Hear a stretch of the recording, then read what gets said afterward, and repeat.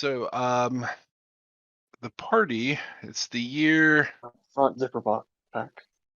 2072, and each of you has received a black envelope invitation to Kurosawa Corporation. You know this as one of the prime top 3 corporations within the world, specializing in exotic exports, technology, research, and rumored cybernetics, though nobody can prove it at the moment or disprove it for that matter. Your exploits and your previous expertise has gotten you the eyes of the Kurosawa elite, and a rare opportunity has been gifted upon you as the personal courier arrives at your place of residence in a well-suited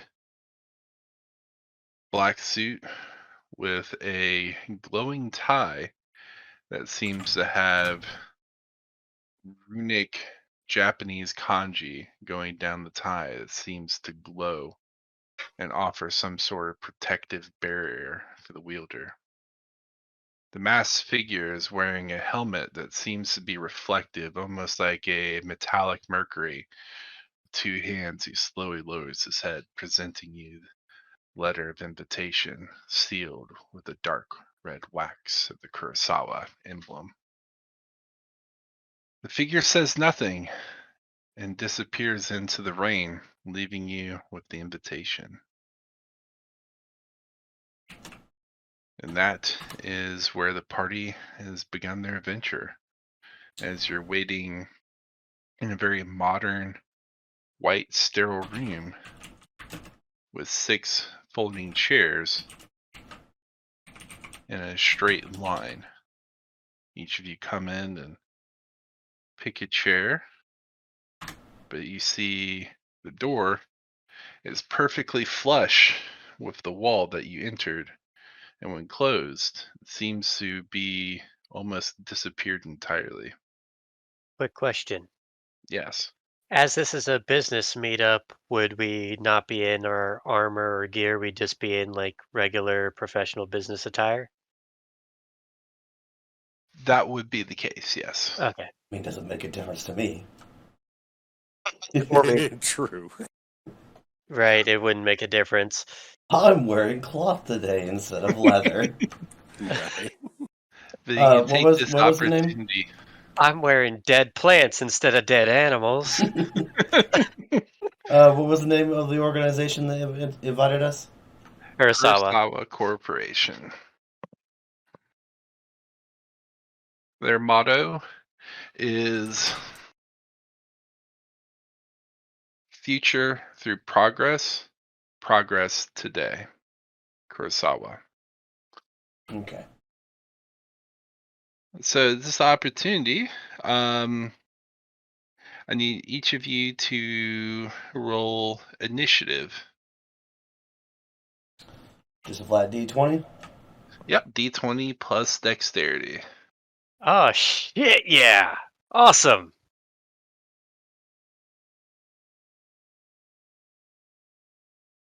Damn it. And Okay, so I get got a roll? 12. I got a 14. All right. Can somebody roll for me? Thing. I got a 14. Ooh. Demeki, you get a +2, right? No, You don't get an initiative plus? I don't. I don't get a plus to initiative. I Do don't you have. a negative? I have a 0 in deck. I'm standard dex, so I get plus nothing. All right, so you got a 16. All right. So, starting from the top, Demeki, you're the first one there. As you show in there, all the chairs are empty. Do you take a seat or stand? What do you do? I just kind of look at the chairs and sniff, and then walk over to the wall and start wall sitting. All right. The room is very sterile and smells of almost like alcohol, like they just got done cleaning the room. Yeah, not a super fan. The There's I not just even kind a of pull house out. plant in here. It's very, very sterile. I just pull out my herbalism kit and pull out a couple herbs that smell nice. I can already feel there's a janitor in the corner just staring at me like, motherfucker. All right. So it I'm looks I'm like also I'm also probably fairly dirty. so you've probably left a stain now on the wall where your wall's sitting. Well, I mean, so my character works in a junkyard, so I mean, like fancy clothes. I'll put on the good leather duster, which is still not a very good leather duster. All right. Do you still have your work overalls on or no? Oh, you know it. I have the good ones that have the buttons. All right. So it looks like Magi and Dstapp's character arrived at the same time, if I'm understanding. You both got a 14? Yeah. Yep. All right, so you kind of both run into each other in the hallway at the door. After you. No, after you. But I After you. insist after you. I take seniority after you.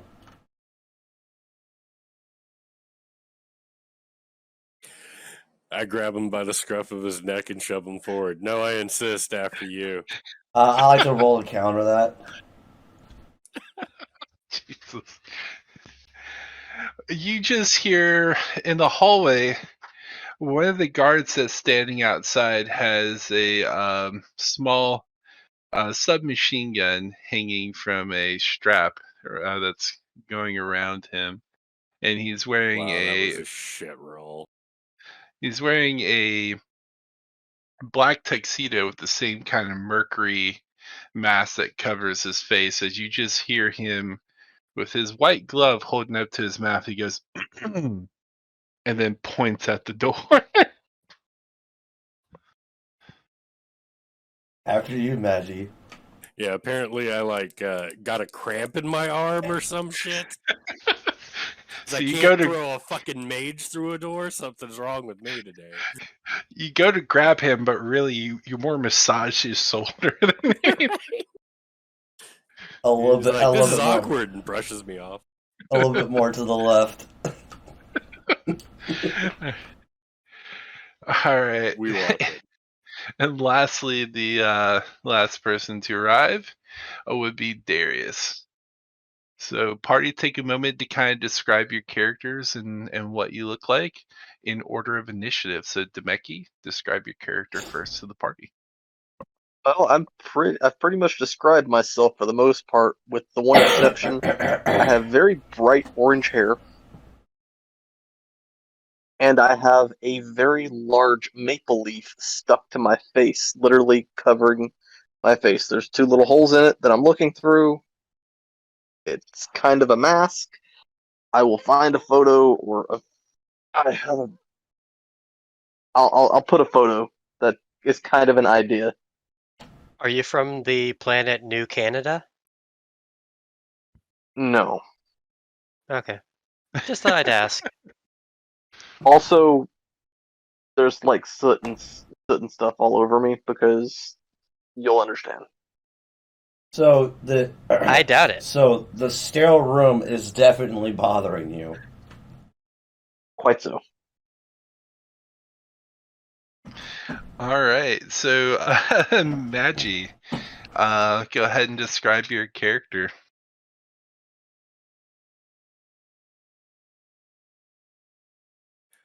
I'm trying to find something good for it. Give me a minute. That's fine.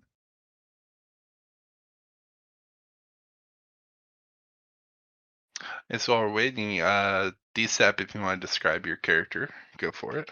All right. I would normally be wearing like a grayish brown hide kind of armor, but it doesn't actually have armor because our character build. But primarily, I am wearing a dark blue cloak, carrying a large wooden staff with a blue crystal in it. My guy is older looking, but still pretty good in his prime. And white skinned male, white hair. Definitely your run of the mill, stereotypical wizard looking fella. All right. All right. And I'll drop a picture.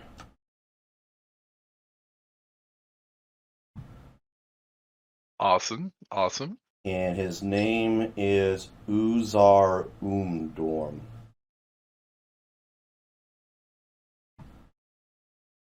Yeah, Outstanding. I'm not calling you that. Call me Uzar. I'll call you Ivan. Jesus. All right. Maggie, are you ready or you still need a few seconds? So basically, white male, dark hair, hazel eyes that have little flecks of almost every color in them, but for the majority, it's just the yellow green hazel eyes. Since I'm not wearing my armor, I am wearing my Kevlar lined trench coat and a cowboy hat, both black. Very nice. Very nice. That picture. That's what I'm still searching for, a picture that'll work. Gotcha. Gotcha. Yeah, I didn't have a character sheet, but I had the picture. Yeah. That's half the battle Unfortunately, sometimes. there's not enough. I couldn't find any fan art. Oh, this will work. Oh, I'm God, using what is Animal Crossing to make my picture.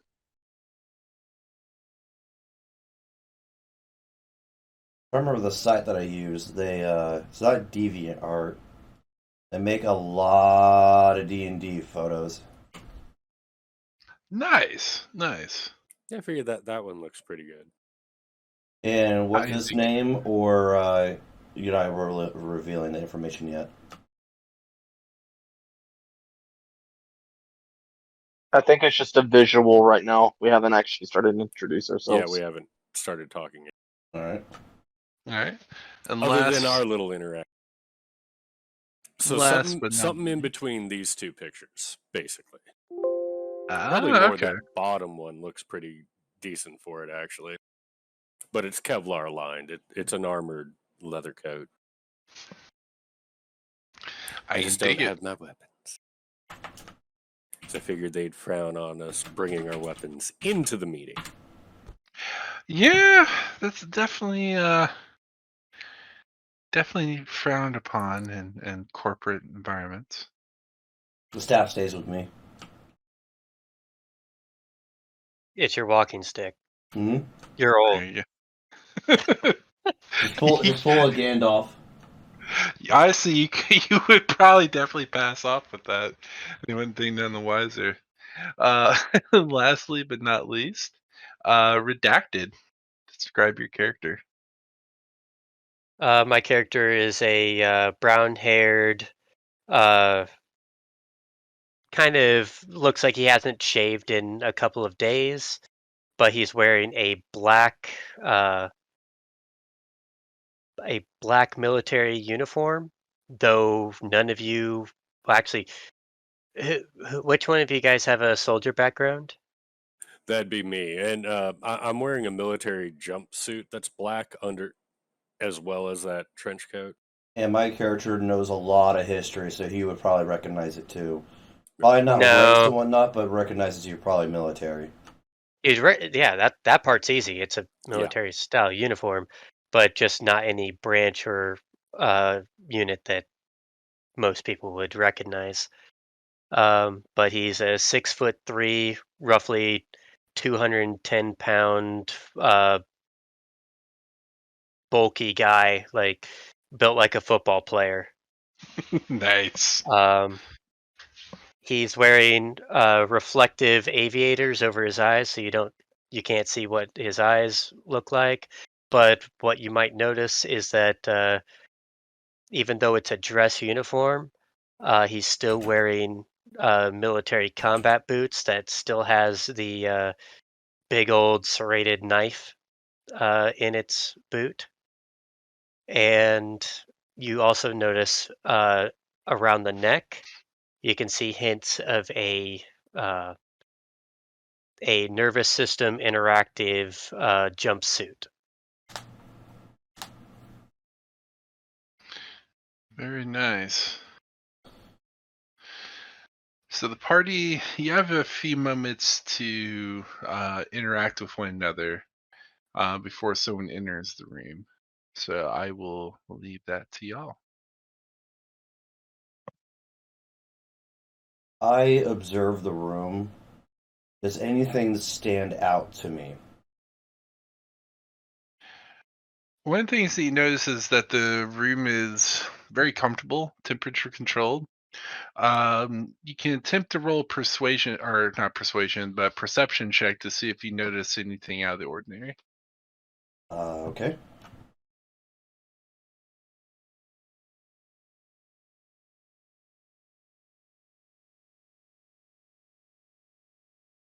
All right. I walk over to the wall and start inspecting the wall, tapping my finger on it to check its durability, what it's made of. Okay. So, hold that thought for a second. Let me go through Uzar's roll real quick. Is that what's your total roll? My D20 roll was a 13, and my perception is a 13.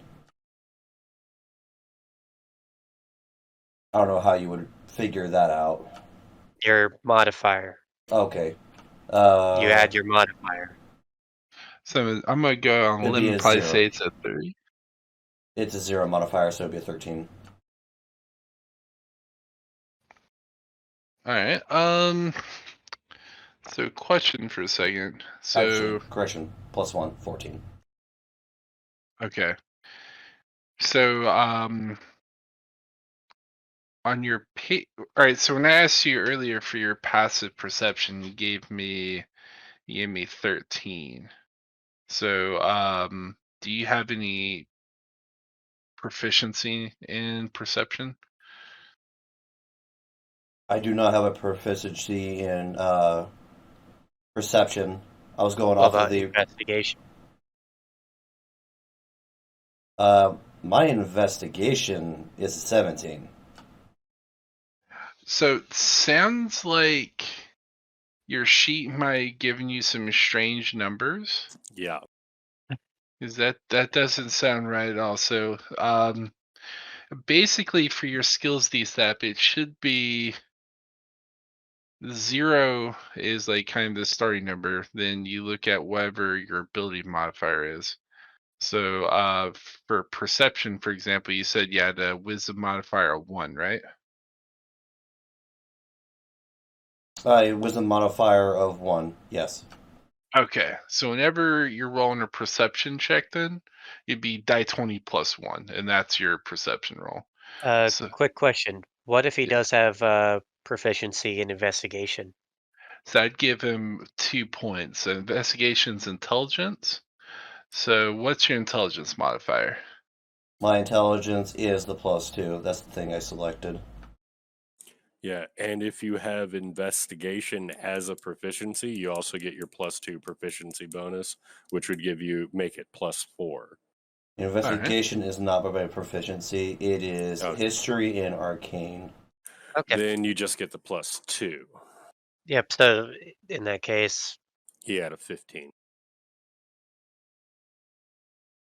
All right, so in your case, all right, so your investigation, you would have a 12 because it'd be your base, and So, excuse me. just to clarify on this, let's look at my acrobatics, which is dexterity. I have a 0 modifier in dexterity, and I don't have a proficiency bonus in dexterity, so it would be 0 modifier. Yeah. Yeah, it'd just Right. be flat 0. Yep. Okay. All right. And do you have any skill in insight or no? I do not have a proficiency bonus in insight, and wisdom is a +1. Okay. Yeah. So that definitely Be clarifies a that. 14. All right, so you got 14. So Uh. you're observing the wall right now. You're kind of looking around the room, and at the moment, you don't notice anything out of the ordinary, except the door that you came in is perfectly flush with the wall, and apparently there is on the other side of the room that's also flush with the wall as well. Do I notice if the building we're in is something that stands out from the rest, very wealthy or anything?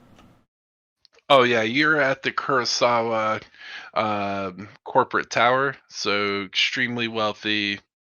Armed guards on your way in, passports, biometric scanners, the works. This is also in what would be considered the Asian side of town, so this has very heavy Japanese influence on this part of town. So it's not uncommon to see a lot of old and new mixed together in this particular side of town, but it is very wealthy. Alright, then my guy would just simply speak. Seems we got the attention of some powerful and wealthy people. And my character would just leave it at that. I'm gonna roll my investigation roll. And All I right. For might the as room. well do it as well. Yeah, just to see if any of us see anything good. Well, Darius, you were Mine sucked. you were next, so you're over kind of inspecting Mine the was wall. worse. So two of you are kind of poking around at the moment. Redacted, you're kind of examining the wall, and you don't notice anything unusual or out of the ordinary about the construction. Right, Uh, but by tapping it, I'd at least be able to tell if it's some sort of alloy or if it's a polymer. it is a alloy. Okay, so it's a metal. Interesting. I'll roll to look around, but I'm looking from where I'm sitting up again, or well, where I'm basically wall squatting. Somebody can Well, roll. this should be an interesting experience.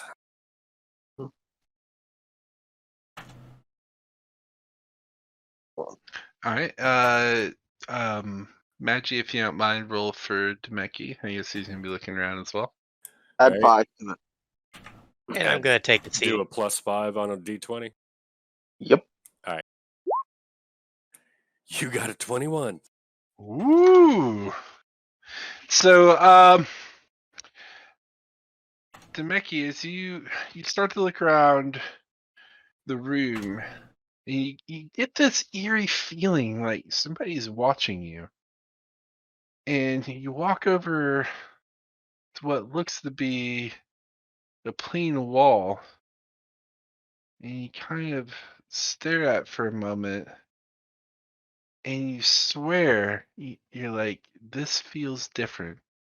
This feels like maybe this isn't a wall, but maybe this is like some kind of reflective glass. It feels a little bit different to the touch.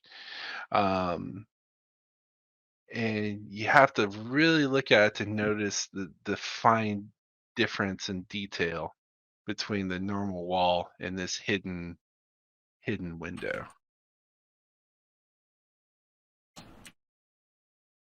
Okay. I just used some of the soot on my fingers to draw a smiley face on it. All right. So by A the time janitor nearby is having an ulcer.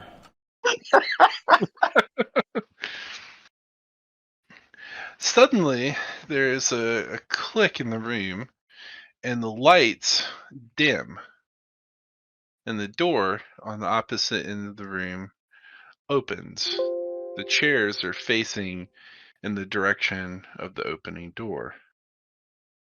In walks a gentleman roughly 5 to 5.5 feet tall, wearing a red suit and a red tie with glowing kanji symbols going down it.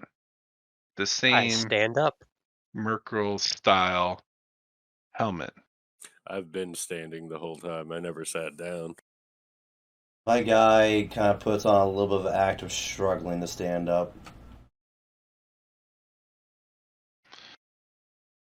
The figure, when he goes to speak, you can tell his voice is being ran through a modulator, making it difficult to really pick up the nationality or distinct voice of this individual.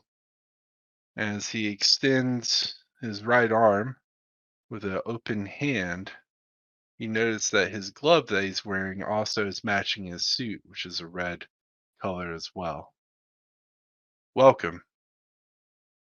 Please be seated. I take my seat again.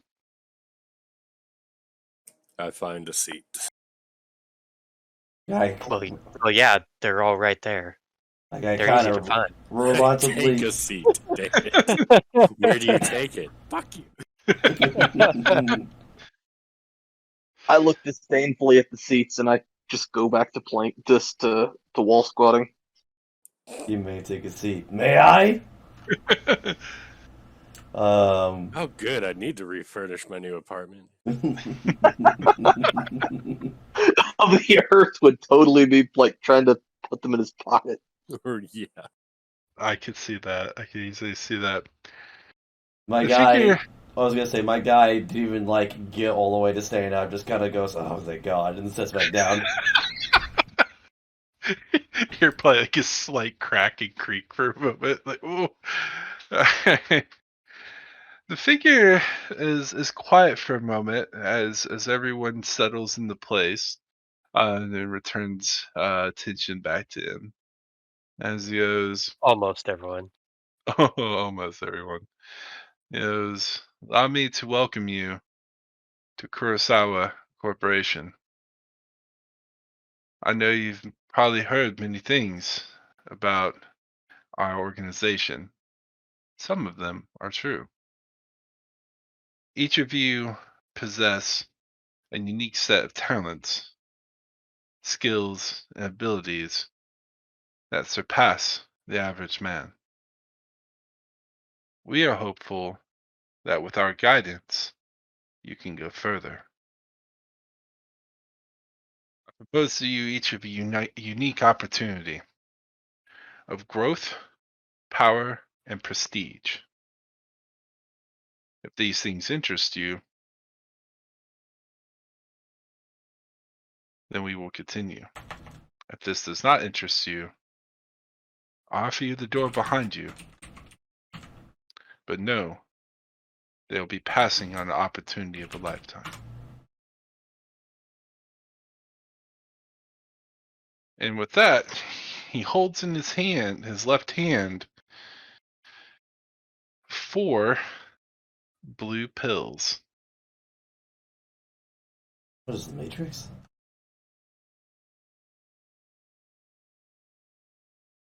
What does the party do? I raise my hand. Yes, What are the blue pills for? a leap of faith, if you will. Oh God, this is the Matrix. Okay. Well, Are we snorting them, inhaling them, swallowing them, or inserting anally? good news, everybody. It's a suppository. Oh God. We would prefer orally. Don't we all? Well, might as well Roll the dice, and I reach for a pill. Oh, Magi is the first to take a pill.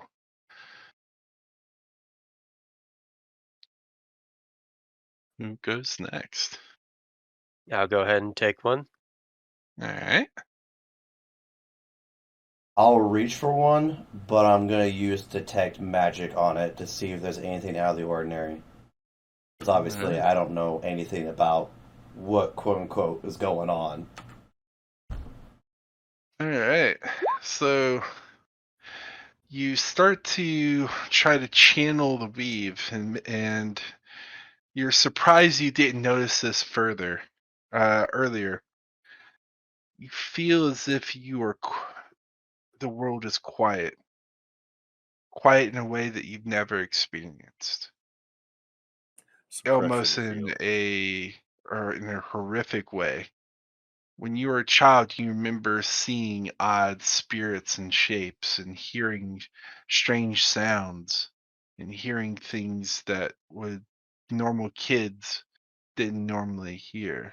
And you really didn't get to understand it fully until you met your master. But the Oh shit! silence is deafening. Is the way of FTL in your universe through the warp like Warhammer 40k? I'm not telling anything. You'll have to find out. That would be general information, though. If we have to have like something like Geller fields on all our ships to prevent demonic incursions. Assuming people understand and have made that technology. Space is a dark and new place, my friend. Yeah, but then what's our method of FTL? Or are we just slow burning on cryopods?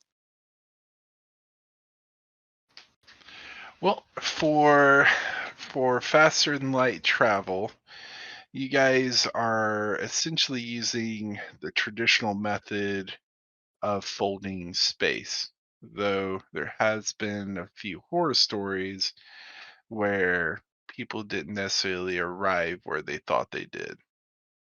So They got caught in the fold. like a portal or like the Warp. warp? More like a warp field. But you're So not it- delving into a different dimension to increase travel speed because the different rules of physics. Not like that, but if you really fuck up and you cause a tear, you might end up going places you didn't intend. Okay. As I detected that, I just go, interesting.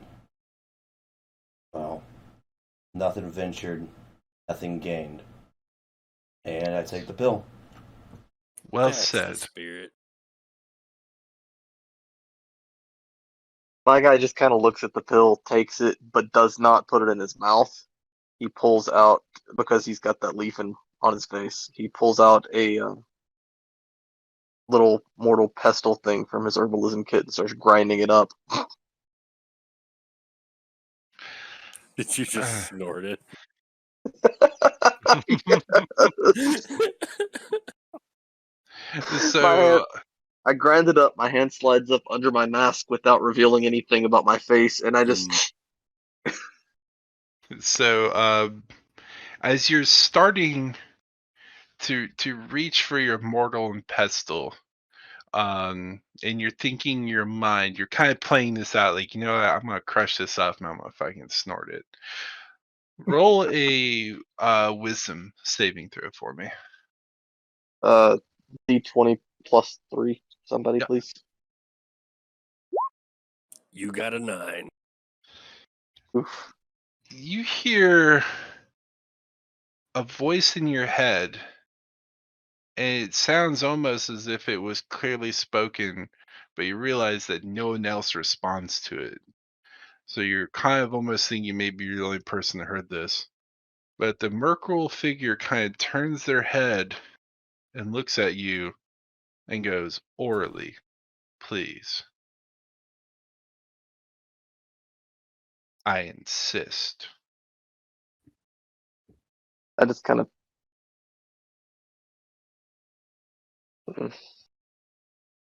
I grunt, but I just kind of hold it.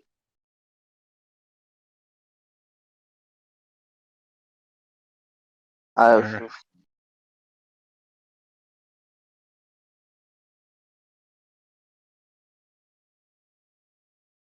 Well, trying to think I what else.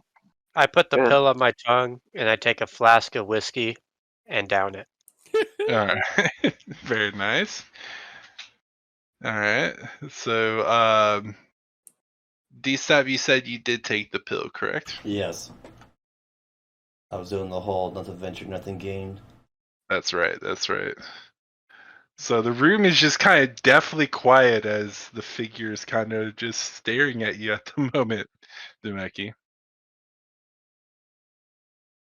I don't have the greatest history with pills and medicines.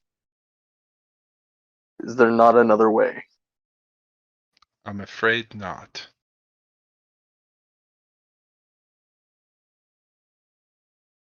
The choices are clear. The decision is yours.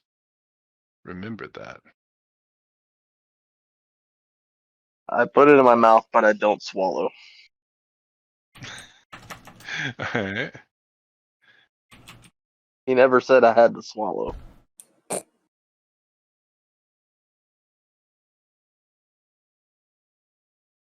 So you're gonna that's the approach that you're taking. You're gonna keep it in your mouth. I mean, he said orally, it's in my mouth. Alright. Well, after a few minutes, the entire party except Demeki sleeps into a gentle slumber.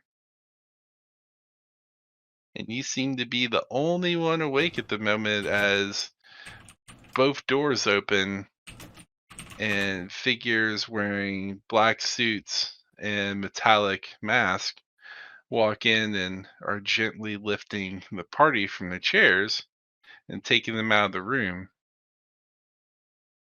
as you are the only figure who hasn't taken his pill.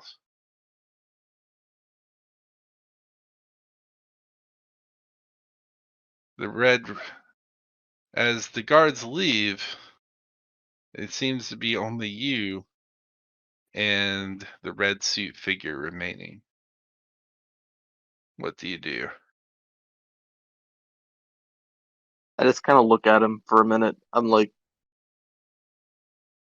you said to take it orally. I put it in my mouth. I just really don't trust medicines anymore. There's been a little bit of a bad blood for me in the history with biological medicines. Is that your final decision? You suddenly feel the air change as every instinct in your body that tells you that imminent danger is upon you is suddenly coursing through your veins as your adrenal glands kick in. One of the few times in your life you feel primal, deep, instinctual fear start running through your veins and you don't know why. If this causes damage to my leaf, I will make you suffer for it later. I swallow. As the room starts to fade and grows dark, you feel you have a horrible nightmare as if you're drowning. And you awaken to a doctor kind of shaking you for a moment, going, easy, easy, easy. As you see a woman with blonde hair, rather thin features, and is standing before you, appears to be about middle aged, wearing a white doctor's jacket. He's trying to calm you down from your nightmare. Did all of us have nightmares? All Or is it right. just him? So, Demeki, you ended up having a nightmare. The rest of the party, no, you did not. You are still currently asleep at the moment. So, Demeki, at the moment, you kind of fading back in, like you're like really, really groggy at the moment, and you hear this woman's voice saying, "Calm down, easy, easy." What do you do? I try and roll off the table and into a corner if possible. All right, you try to get up as the woman very much warned you, like, take it easy. You've been asleep for a while. Your legs aren't. And as you try to roll off the table, your legs are just jelly at the moment, and you hit the floor.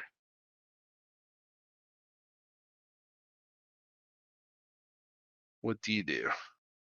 I still try and wiggle my way over into a corner. All Fewer right. avenues to be fewer avenues to have something approach me.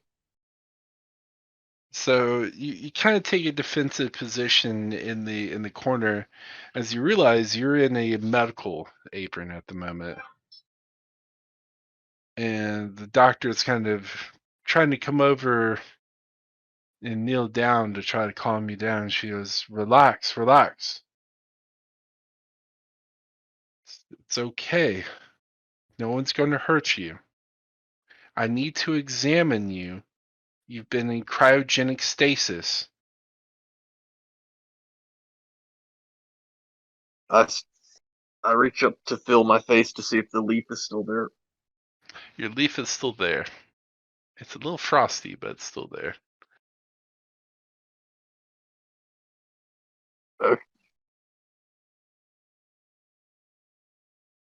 Where are we? All in good time. I need to give you an examination. Right now, you're on the Marble Hornet, a freighter that has left the Sol system and it's on its way to Caldor 3. Do you remember your name? Cole. Hi, Cole. My name is Dr. Anderson. She goes, I'm going to give you a shot. It's to help with the side effects of the cryo sleep, okay? Do you allow her or do you try to fight her? Not really much that I can do. I'm kind of like jelly. I had a hard enough time crawling into a corner. Alright. So she administers the shot and she goes, I understand if you feel more comfortable here. I need to tend to your friends, okay? I just nod.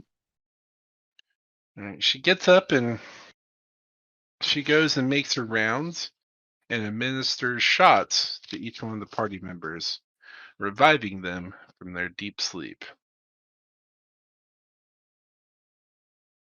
Party, you find yourselves groggy and in plain medical um, gowns at the moment.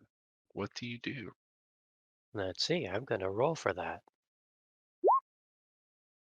Well, that's very unfortunate. My guy So- immediately starts reaching to see if he still has his kidney. Is there anyone close to me whatsoever? So you were on the farthest medical bed, so I would say that probably the closest person to you would be Dstapp's character, Urzar. So no one's directly next to my bed, no medical aids or whatever? There only appears to be one doctor, and she's currently administering a shot to Maggie's character. All right. Well, my character basically goes into fight or flight instincts because suddenly my situation has changed. And I roll off the bed and flip it over and take cover behind it while I'm trying to gain my bearings. Yeah, the doctor lets out a long sigh. She goes, "Are all of you so jumpy? Relax, relax. My name is Dr. Anderson. You're on a freighter known as the Marble Hornet. You can't have my kidney. No one has taken your kidney, That's what they all say. especially yours." And I'm just calm as can be, stretching, yawning. It takes the shot about maybe 2 or 3 minutes to kick in, but you start feeling your body recover from the impacts of the cryo sleep. Oh, by the way, since they had to take off my aviators, you guys see that I have cybernetic glowing red eyes. Nice. Very nice. Oh, how As could that happen? the doctor kind of waits a few Congratulations. moments for. How did I get a 0 with a +4? I don't get it.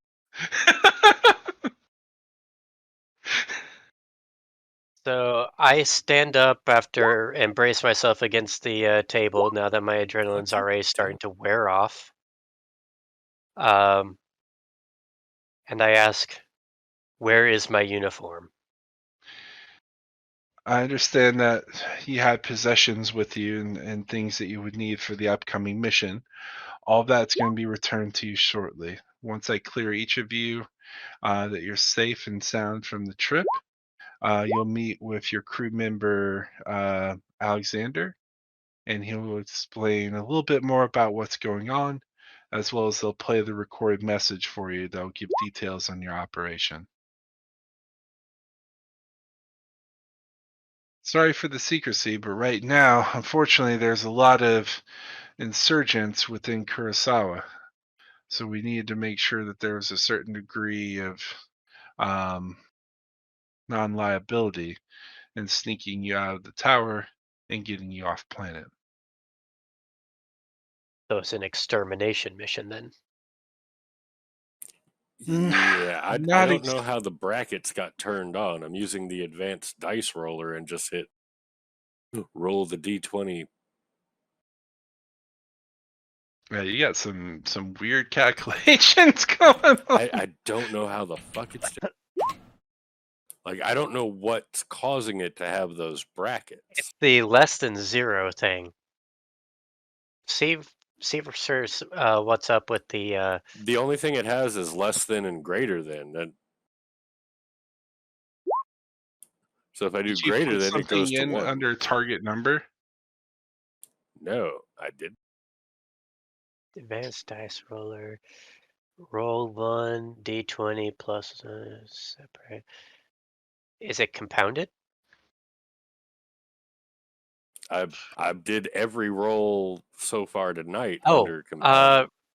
remove anything in the target number. Make that blank. I had mine set I don't to have a way to none. make it blank. It just keeps going up crazy. Take yours out of Backspace. compounded and just Click put it it to and the hit backspace.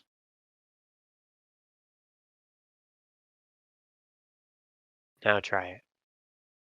Once you have that Okay, I blank. don't know how the hell I did that, but I must have accidentally 'Cause- clicked that. Because you had a number in the target number, so it was looking It for the was target fucked up, number yeah. to tell you whether or not you succeed or fail. Gotcha. Good spot, y'all. Right, now that I got it working, and I'm awake, I'm gonna do an investigation roll to see if there's anything I might be able to use for an offensive small device. I don't care if it's a fucking pen. I got a 17.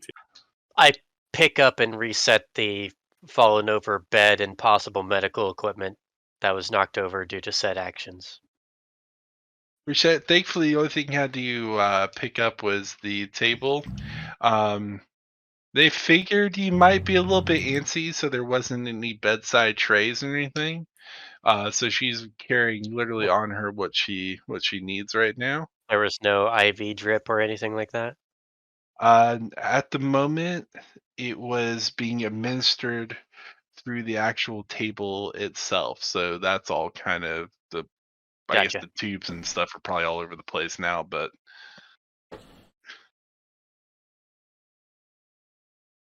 so party's kind of relaxing for a moment. Caden, you're looking around for anything that can be used for a weapon. Anything loose that's small enough to hide easy, but can be used as a weapon. Like I'm saying, a pin, a toothpick. I don't fucking care. I just feel more Uh, comfortable with a weapon type device. I you am a could weapon. you could take your there's I guess like IV needles. You could probably grab one of those. That would work as a Works for me.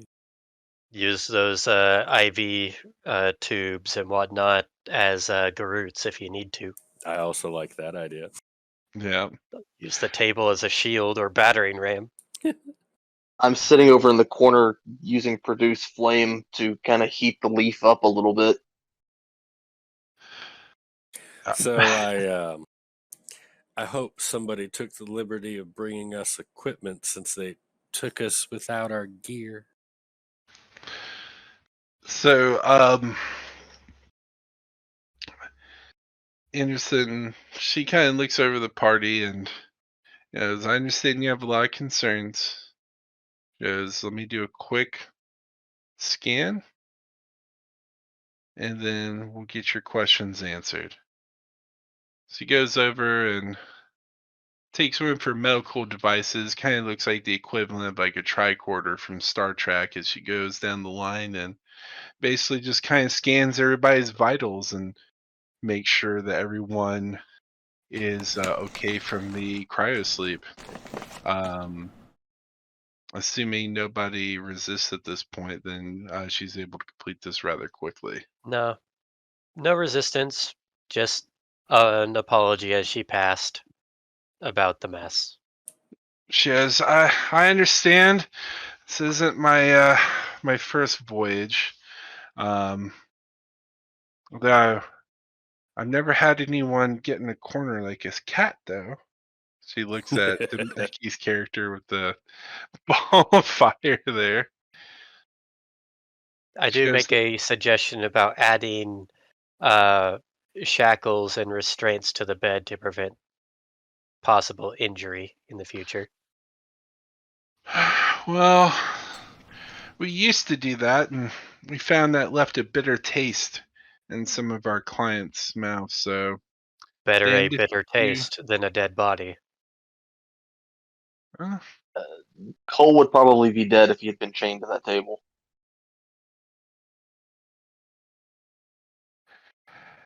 Neat. So now I yes. know exactly what can kill Cole. She goes through and It's either she. not being able to move or chains. Any particular type? Being basically being restrained in a hospital situation. So his weaknesses are hospitals. Gotcha.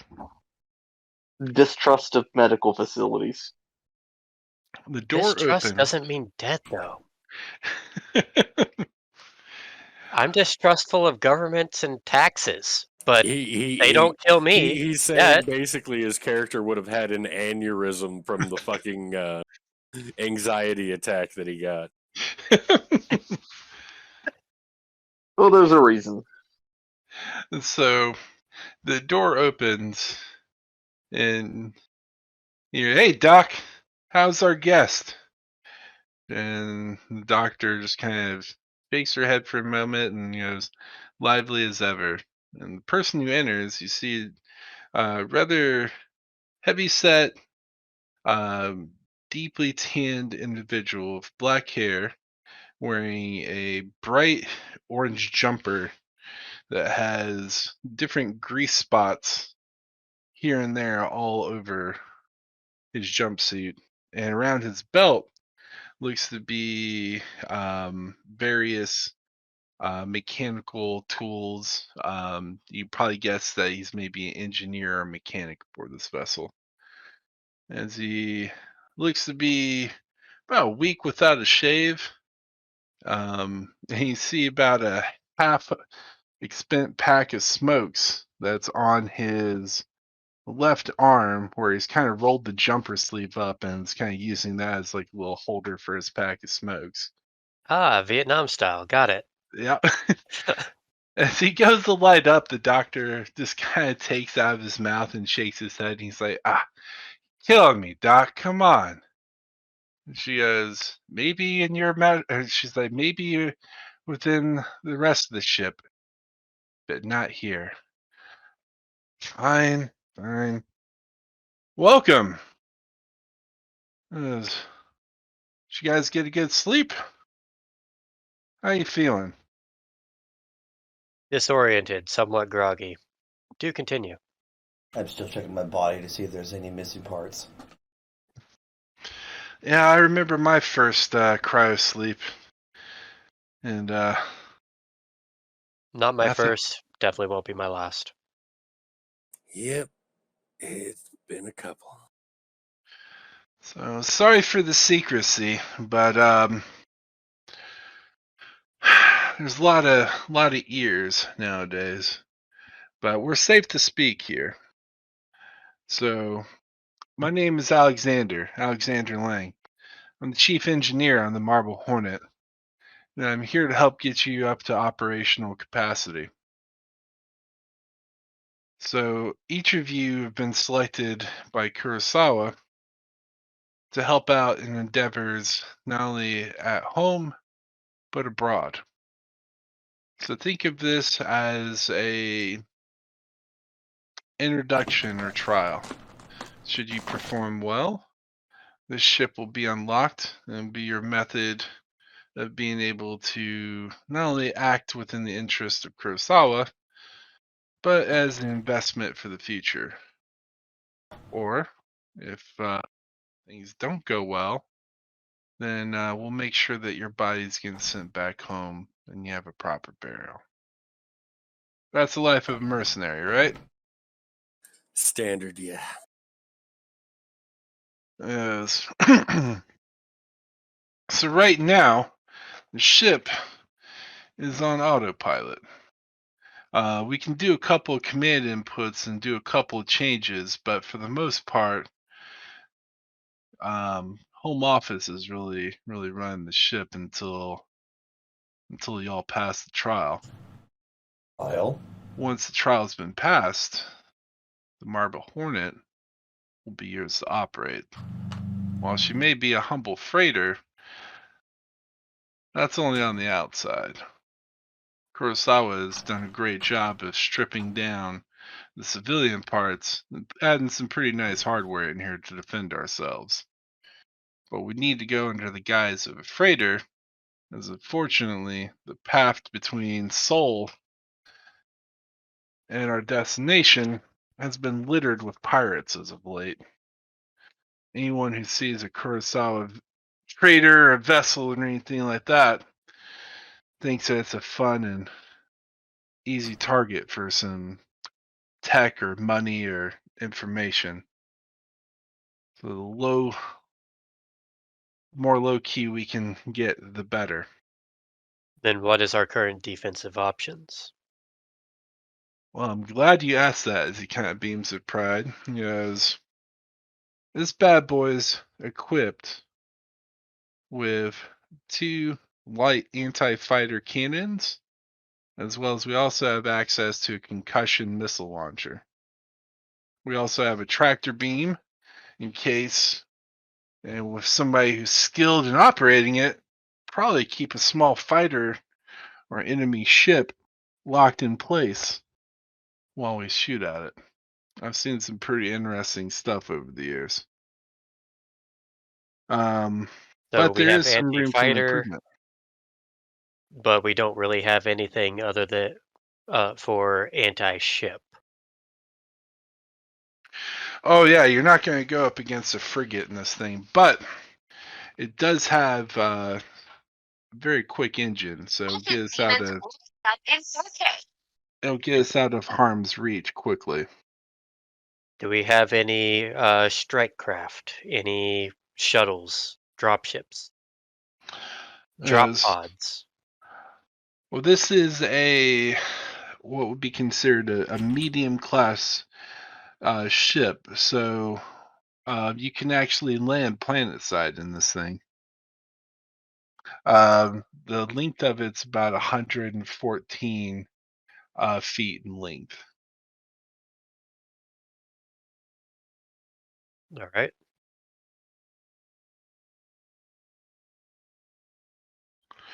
Yes, but the important thing, I imagine that you're all curious about, is your stuff. I know I'd be a little bit concerned too if I woke up in a hospital again. So if you got your sea legs, come with me. We'll go. And I follow. Yeah. Yeah, Cole basically gets on his feet and is out the door as fast as he can go. Anything to get out of the hospital. He doesn't care what he's running into. I think everyone knows the antics I'm pulling right now, and the text only. Ooga booga! Nurses in miniskirts. All right. So you guys are kind of walk around the ship a little bit, and there's enough room that this ship can have a maximum crew of about 6 people. And everyone has enough for a small crew cabin. Think kind of like a Spartan room. Not really big, but enough that you have a bed, a table, and a locker to put stuff. How nice are these rooms? I mean, The locker. Is it big enough to fit a gantry? A small gantry for my power armor? your room would have been modified to where your power armor, you could safely put it in there, yes. Okay.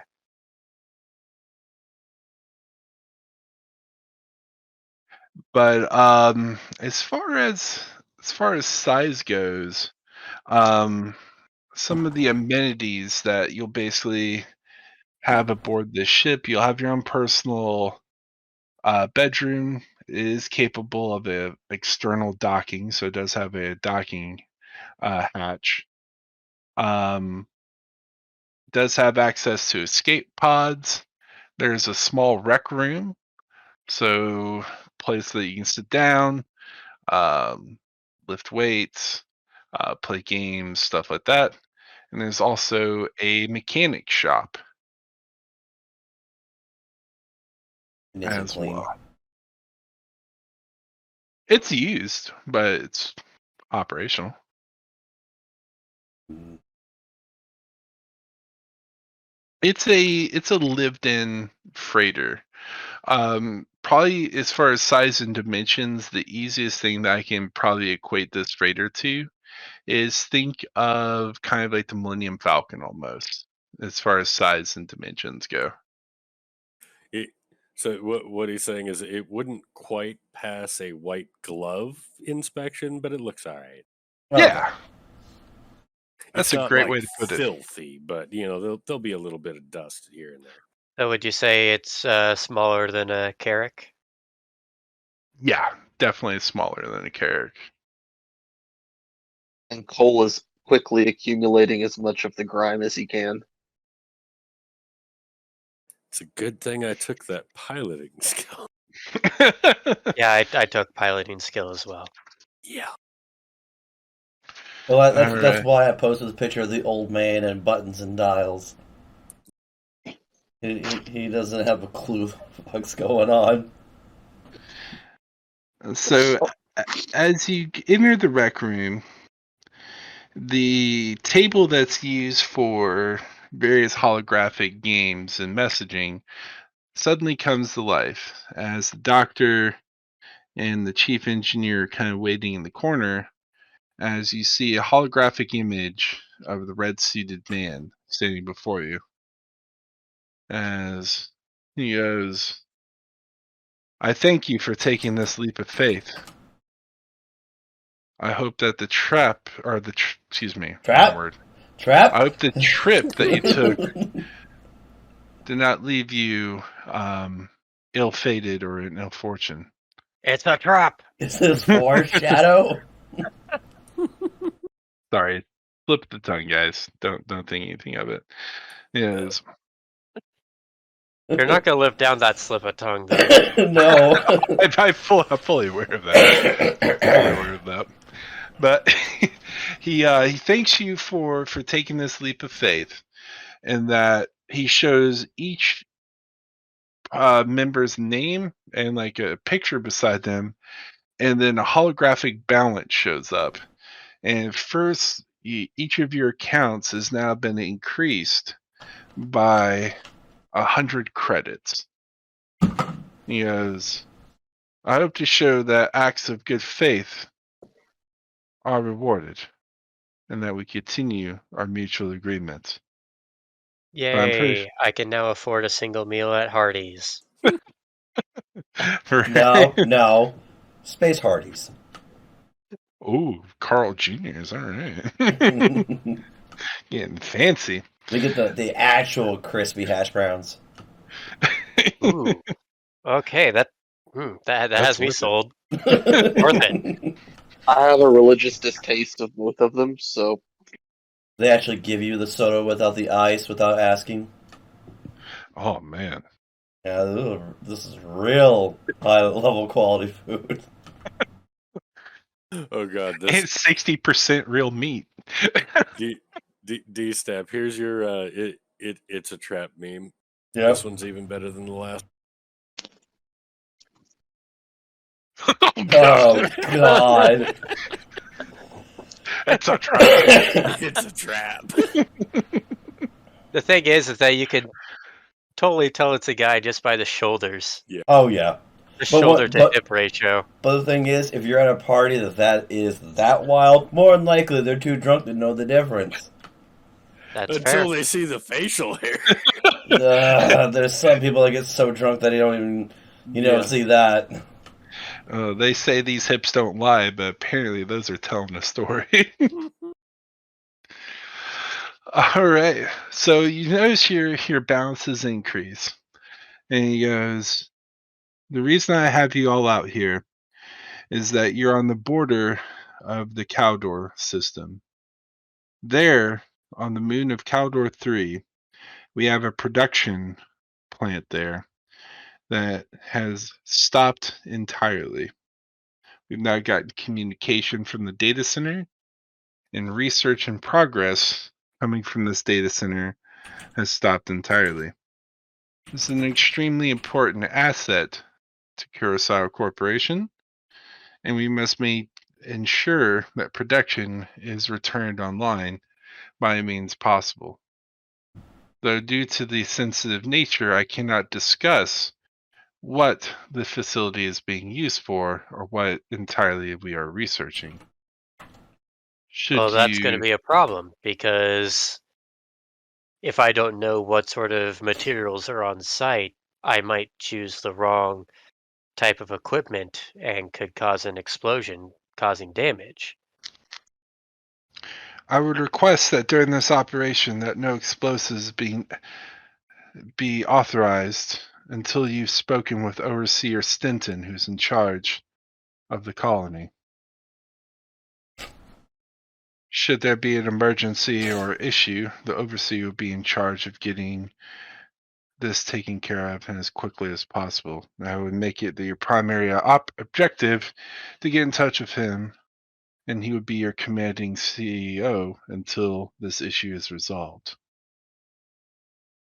Once this is finished, he'll be able to provide you the data that would be needed to unlock your ship, and you'll be a full-fledged member of Kurosawa Corporation and enjoy the benefits thereof. Failure to do so would mean repossession. Any questions? So we should just assume everything is explosive, don't use any incendiary rounds or armor piercing. Soft tip only. That is correct. I'm sure of a group of your skill and caliber, this will be no problem. As long as there's no armored assets, no problem. Any other questions? I just kind of glare at him. All right. I will warn you that there's been increasing pirate attacks within the region. Should the ship become under attack by pirates, you will have temporary access to take over the ship's systems as needed. The ship is quite capable of defending itself, though I understand that you are quite talented hands and may prefer to defend in methods that you see fit. Your chief engineer has the emergency protocols should this arise.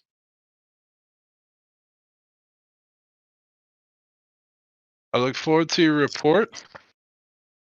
Until then, I would request that comms be silent until you have an answer and have reached and secured Overseer Stenton and have figured out what has stopped production. Now, we're still in our medical gown, right? Yes. Yep. So I'm like, you didn't happen to bring our clothes with us on this trip, did you? It is Dr. getting a bit Anderson, drafty. Dr. Anderson, as well as Alexander Lang, will assist you in not only assuring that your rooms are comfortable, but you'll also find your possessions that you'll need. Good, because I really like that hat. Right, my walkie stick. Your items will be returned to you shortly. And with that, he wishes you the best of luck and says, "Fortune favors the bold," as the hologram fizzes out and goes silent. As you're, all right, you jaybirds, let's get y'all dressed. I As you remark take, under my breath about that last statement. Yes, most people who have said that fortune favors the bold end up dying early. bum bum bum. Mhm. Especially when there's a trap involved.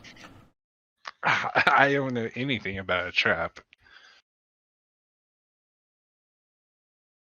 So, party takes a moment to kind of get acquainted to your new quarters. You'll find all your items and possessions that you need are here.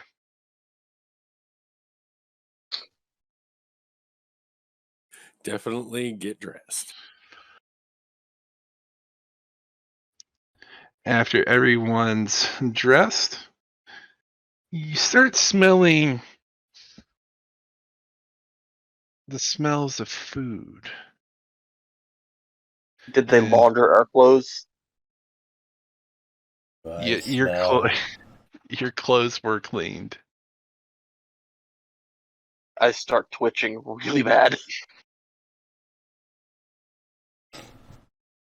I smell tapioca.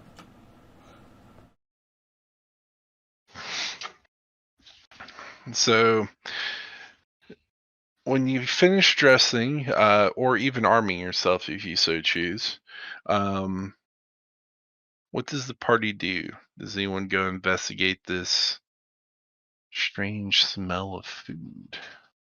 Oh, I'm a, I was gonna say Go ahead. free food. I'm going for it. I'll probably I won't put on my armor, but I will grab my gun and sword. Okay. I'm gonna grab my neural suit, boots, my glasses, and my combat knife.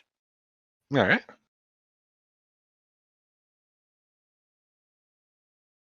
And then I'm going to follow the soldier's motto of chow time. Yep. Yep. As you realize after being in cryo sleep, the shot definitely helps you get on your feet, but your tummy is rumbling. is that smell of food is just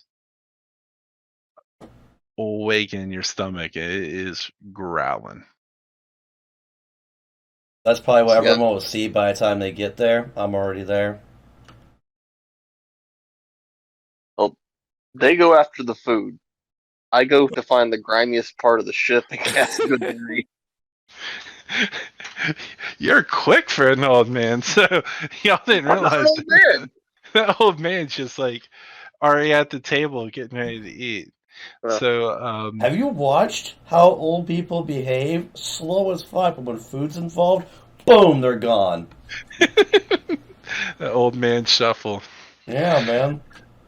So Demeki, I guess while the party's heading towards the galley, you head over to the mechanics workbench. And what are you looking for there? pretty much anything that doesn't look important or like it's about to be used, like scraps of old cloth and whatnot. I'm pretty sure there's a few like dirty rags and leftover from projects and just maintenance on the ship. So I Yeah, think produce flames, soot them. all right. I'll be So back. I'm gonna make myself some pizza bites. all right, all That right. sounds good right now. Does sound good. I'm about to order me some pizza. Ooh, Give me some sounds Uh, good extra too. cheesy. Rithgar, is the engineer in the mess hall as well? The engineer is the cook right now. So you see that on a burner, he has a massive pot that he's stirring. And laid out on the table, you can see garlic bread. And then he's got this big, big, massive vat of spaghetti and meatballs that he's getting ready to serve everybody. He goes, "You folks look hungry. And I don't know about you, but I always crave pasta anytime I come out of cryo." And he's just like, "Grab a plate, grab some utensils. Food's almost ready." Pasta definitely beats local fauna hastily cooked over a spigot. Yeah. Have you So ever been orbitally dropped onto a planet in a cryopod? That sucks. that does not sound fun at all. Yeah, usually you're supposed to be brought out of cryo, nice and slow. But whenever they do a military insertion like that, without telling you, how else are you supposed to fill your stomach than whatever is around? Pop you full of drugs and eat what you can find. Good grief. Obviously not coal. As he kind of counts, he's like, "Are we missing somebody?" Yeah, looks around Um, the room. The doctor's like, he's probably gone off to hide somewhere like a scolded cat. yeah, Tree Face isn't here. Welcome back. Welcome back. So the party minus one's kind of sitting down and eating a spaghetti and meatballs with garlic bread. Just real Nice. good, Oh god, that sounds so good right now. Yeah. good hearty meal, right? And um, he goes, "All right, well, now's the part I don't like. This usually causes fights, but I still got to ask anyway. So obviously, the ship's going to need a commander or a captain. And we'll need also a company name for you guys. I'm really rooting for you. I got a good feeling about you. Our last group, you weren't quite right in the head, if you ask me. So, I look at him with a almost concerned look. And we are. I like potatoes. Well, you like Never my agree. mom. You like my mama's pasta recipe, so you can't be that bad. Yes. So we need to come to the decision of who's going to be the commander of this little outfit. And don't look at us. Yes. I I'm do. not the leader type. I do not want the commander seat, but I do want the research division. Fair enough. It's been a while since we had a scientist on this ship. It'd be nice for once. I found a scalpel.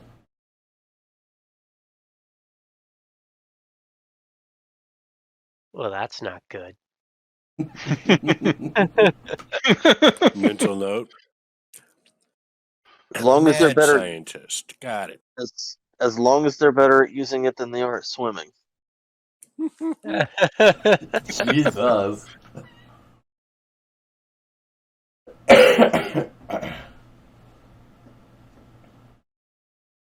Not everyone speak up at once. Well, Sorry, we're all still eating, Rithgar. No, it's I fine. don't know about any of the rest of you, but I do have the rank of captain.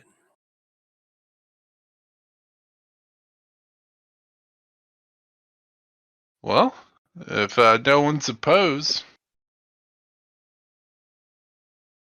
By I think all it's more. means. I think it's more. No one else wants the job. He laughs. I can do Yes. the job, but I'm going to be honest. Most of my experience is down on the ground killing shit. We're gonna get along famously. So we got a captain. We got a captain, not captain, a lieutenant Forge, and your research director that keeps taking over the observation deck. Got it. We also brought along this dirt gremlin. I'm more than a dirt gremlin. I just have very bad. You have yet to prove otherwise. Where are you at right now? Still in the engineering area. Doing what? Engineering stuff. Uh-huh. Here's Soot Sprite. I love it. Rolling in grime. And eating good berry. All right. Well, Alexander comes over and he takes a key off a necklace, or he takes a necklace off that he's wearing, has a key on it, and he hands it to you, Maggie. Yes, this is the emergency override key. I got one. Now you got one. Yes.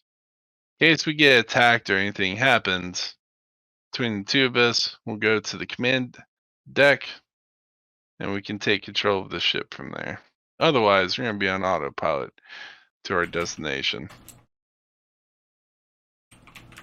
Yes. While it does give us some degree of leniency, if we go too far off the rails, they'll send the repossession group. Trust me. Gotcha. Guys don't want to see that. I still have bad nightmares from that.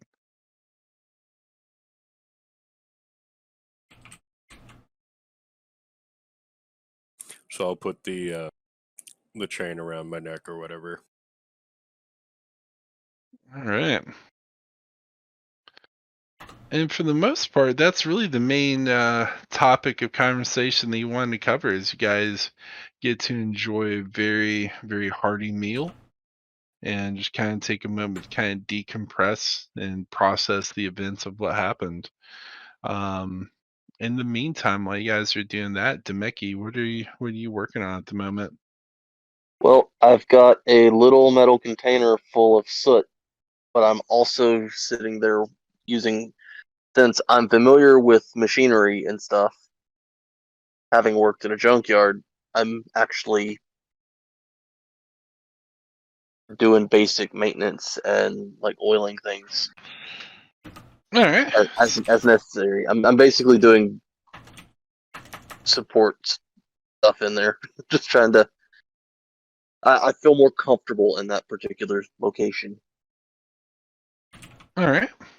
Well, it's always good to get a baseline of what you're working with and what's going on. So you probably spend your first hour just really familiarizing yourself with the entirety of the workshop, what tools you have, what condition are they in, any tools need to be maintenanced or worked on.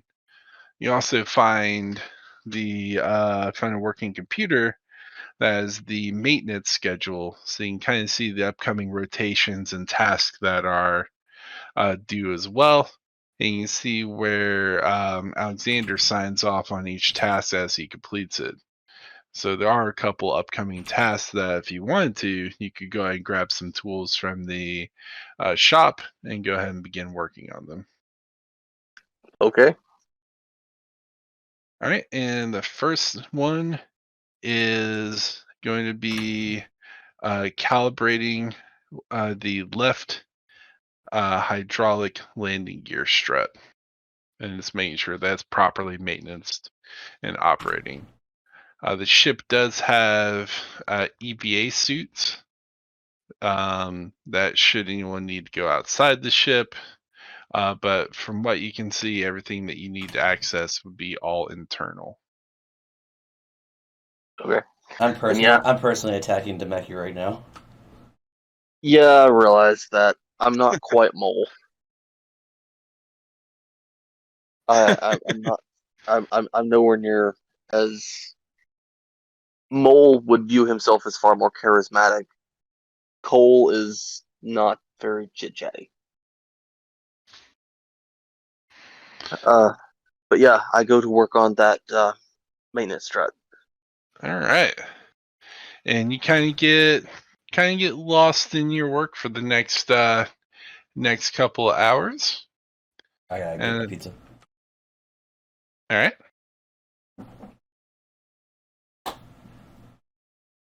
All right. So, next question when Dstapp gets back is, who likes to roll dice?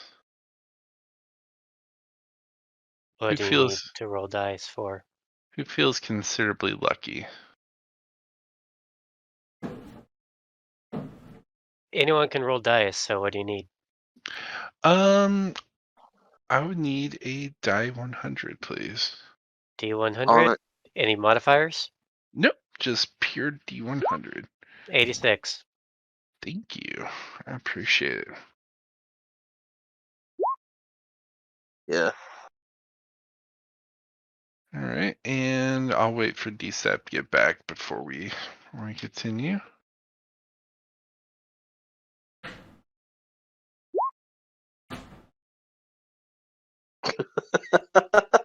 It's a nat 20! Nope. Close.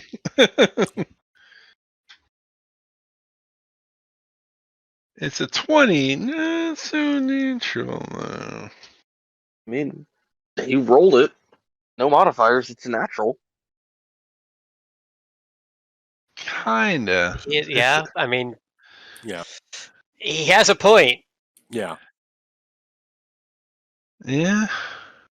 It's just on the wrong die. Yeah. It's a suspicious 20. It's natural, but it's naturally suspicious.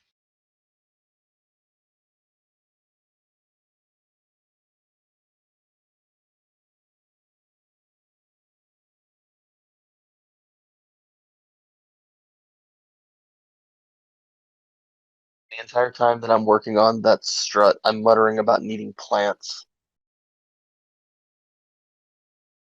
That the scrubbed air is a little unnatural.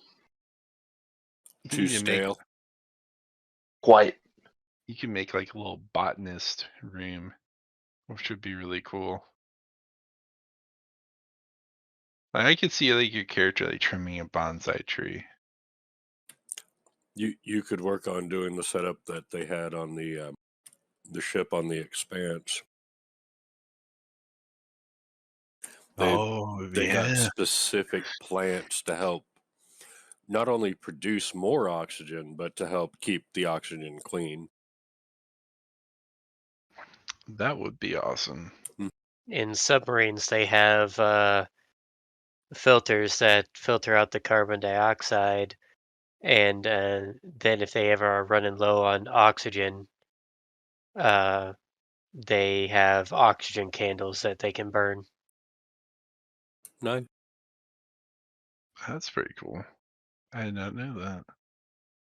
But most of the time, they just use blue algae filters to filter out carbon dioxide and turn it into oxygen. But sometimes that's not enough and it needs a boost, so they have the oxygen candles.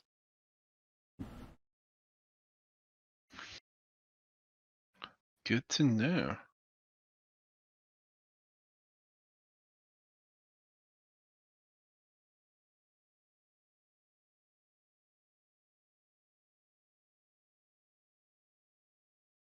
Though let me tell you, oxygen after you've been staying under for a good long while, it it's really stale. I can believe that. Yeah, the air becomes very stale, which is why for morale and mental reasons we highly recommend going up to surface and letting people have a chance to get some actual sunlight and air. How long do they typically stay under for? Give or take. Let's see if it's just a patrol. It varies between hours or days to maybe weeks. But if they're on an actual mission, they can spend months to half a year under. Damn. I can't imagine not seeing the sunlight or anything for that long. They have UV lights under there to help with that, but still, it only helps to a certain point. Have you ever been on a I submarine? mean, I worked the graveyard shift from 18 to 28. Right. Yeah, I do. And to answer your question, Rithgar, yes, I was on a SSBN Ohio class submarine. Wow, dude, that is awesome. I did not know that. How long were you stationed on On submarine? that, only for like a week. That was it. It was a training rotation where they were trying to uh, tempt me to go through nuke school and go into subs. Ah, gotcha.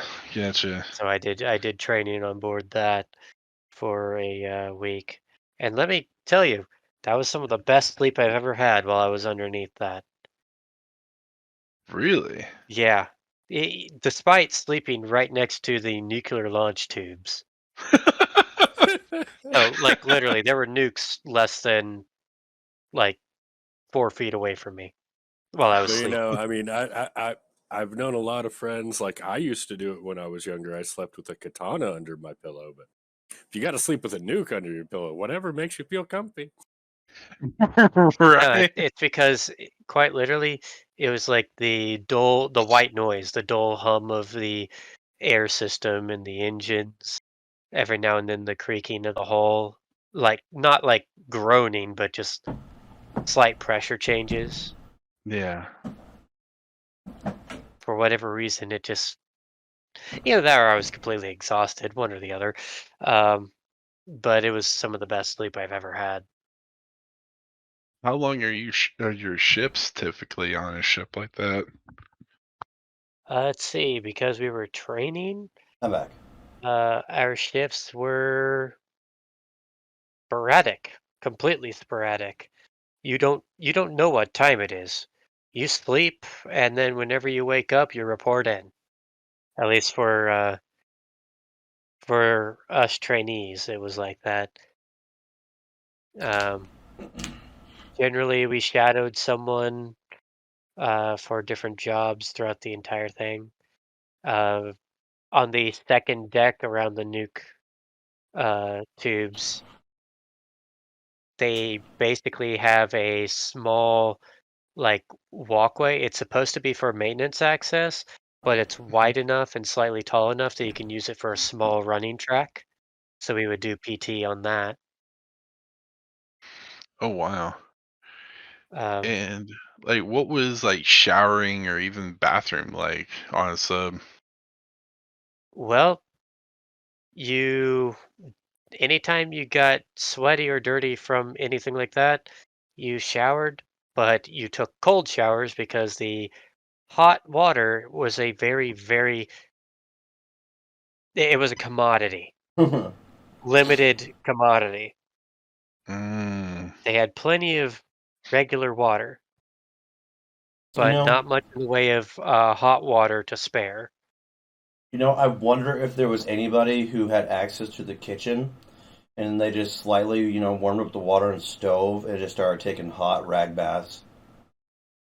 I'm pretty sure the captain had like a hot shower. Oh That'd be yeah. probably about it. No, not on this ship. He was specifically the one that said, uh, no hot water showers. I forgot the reason that he gave, but he also said that showers need to be kept to roughly about 5 minutes due to limited tank supply, because it has to go through the filter systems before it can be used for Got obvious ya. reasons. So, I mean, you live very Spartan life on board, but it's easy. It's unless something goes wrong, it's easy. And then if something goes wrong, then it's all It's hell all breaks hands loose. on deck, and we did several fire drills and whatnot. And let me tell you, those are crazy on board subs. Did you know that they have breath masks that you wear that you just it has like a small tank of oxygen that you connect to your hip, What? and you can connect the tank with this hose that you're supposed to hold in your left hand at all times into ports that are throughout the ship, and it'll refill your tank. Oh, that's dope. I didn't know that at all. Because what you're supposed to do is, let's say you're for whatever reason you have to go into a flooded section. First of Right. all, you hope to hell that it's not pressurized with deep sea pressure, because they have to try to get above a certain depth. Otherwise, you're going to be in a hell of a lot of trouble. Don't they Yeah. have like Squished pressure? like a grape. Do they have like pressure gauges on each door so you can see what the pressure is on the other side? They have, yeah, on bulkheads, Mm. they do have air pressure, specifically air pressure, and it also has moisture sensors that if they get wet, it turns on a red light for breached. And if it's breached, you really can't do anything about it. Like if it's full on No, filled. you can, you can. Oh shit. They Yeah. have Wait. stuff. They have it set up to where you could literally use a different compartment as an airlock if you need to. What I'm saying is, if it has a full on rupture and it's filled and you're in deep sea, wouldn't they rise to the top to then start doing a scuba diver welding maintenance? Yes, but they wouldn't go and surface. They'd stay about 20 meters under the surface. Well, what I'm saying is that they will go so high up that the pressure won't kill you.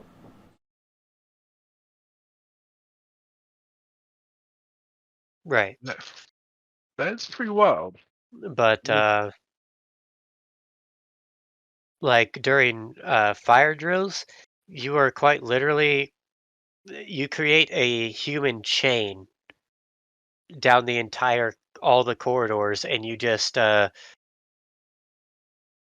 basically pass the fire hose from wherever it's stationed currently, and everyone just passes it down the chain to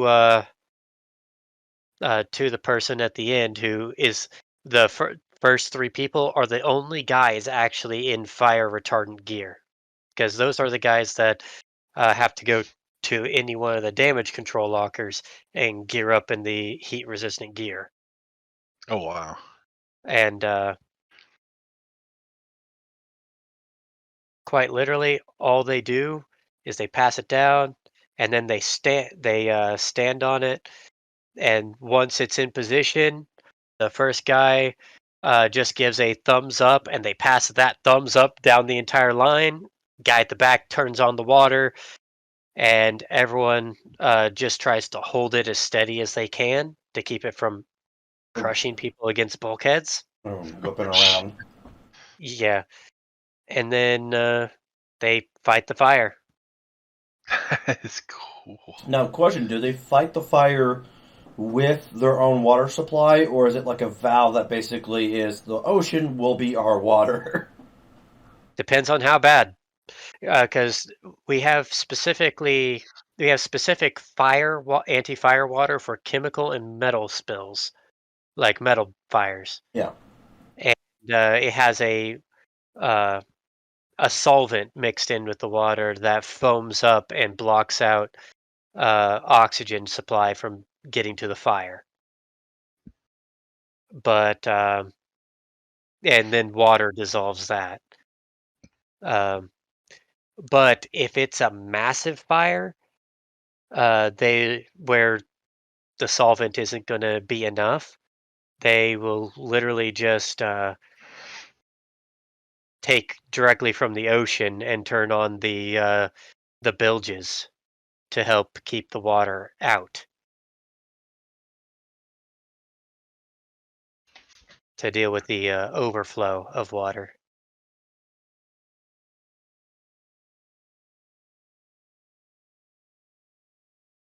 Any other questions? Because the only reason I'm bringing this up is because we're in space, and space is going to be pretty much like a scaled up version of a sub, because you don't have to deal with nearly as much pressure. You actually have the opposite problem. Yeah, keeping stuff in instead of trying to keep pressure out. I definitely appreciate it. Definitely learned some new stuff, and I hope you'll definitely keep me honest in case I goof up on anything. So I appreciate it. Oh, it's all good. It's also kind of why whenever, for example, you were talking about the spread of the Ares Inferno, Hmm. because of my personal experience of seeing, Vulcan cannons, the M137s, all that kind of stuff. I know for a fact that the spread on miniguns and chain guns, it's very, very, very small. It is small. It's like a laser beam almost.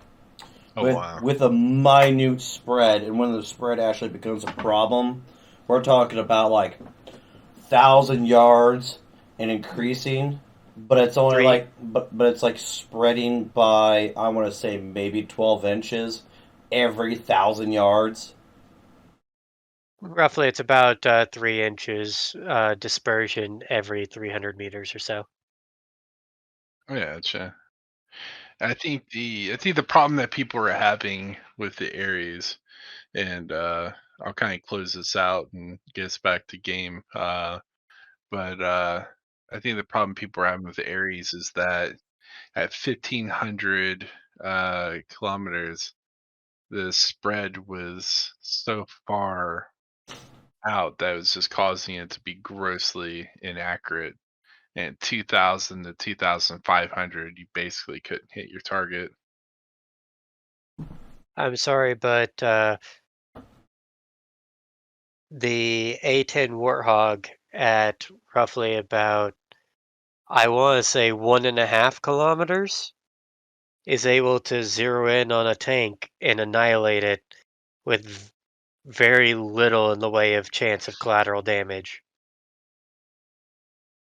Let's put it this way: if you put I want to say a driveway's width of a house on a football field length distance, an A10 Warhawk could put every single round in between that zone with ease. Makes sense. I mean, it's very accurate. So I definitely had to go back and probably fine tune it. And there are a few people that have been talking about that on Spectrum, the forum. So And then the Ion, God, it already wasn't that powerful. Now it's even more nerfed. yeah, Personally, what I think, don't nerf the weapon system. The weapon system should be stupidly powerful, but make it to where, since you have to have such a heavy ship in order to carry such a weapon system and its ammo and power, make it to where it has trouble maneuvering. It has great engines, but it has trouble maneuvering. It actually already has trouble maneuvering, specifically on the Ion.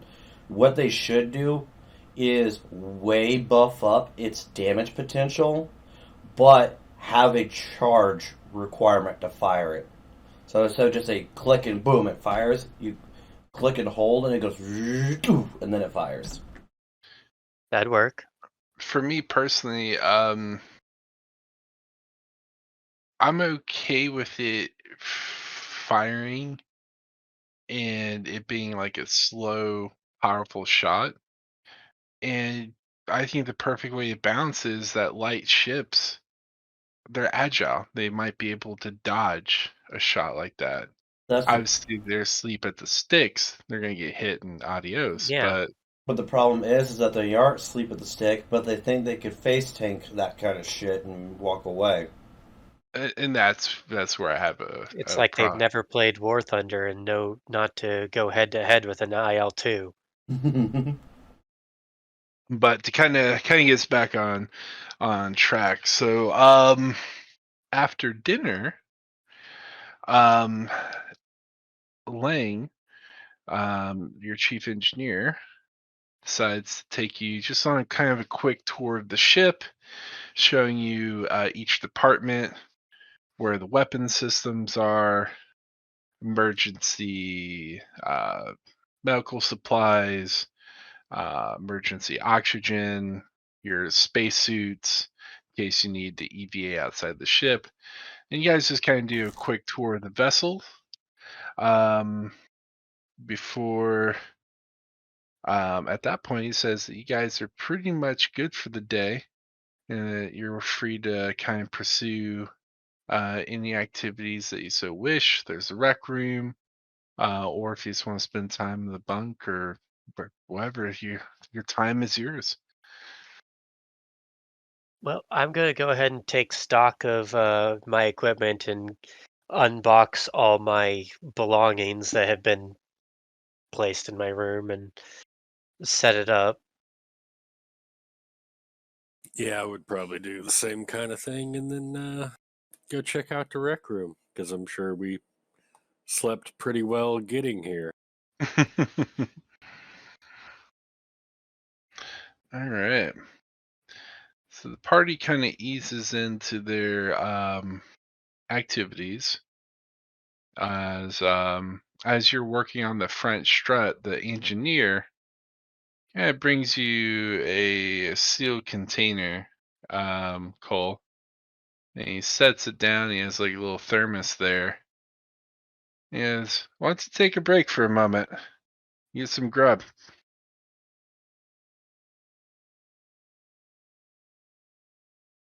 Sorry, I was distracted for a second. Repeat that. Oh, naughty wackus bonkus. So, chief engineer comes up to you as you're working on the strut, and he goes, "Why don't you take a break for a moment?" As he has a little hot plate container and a thermos, and he kind of sits down on the grate for you. I just kind of look at it and I reach into one of my pockets and pull out one of my good berries.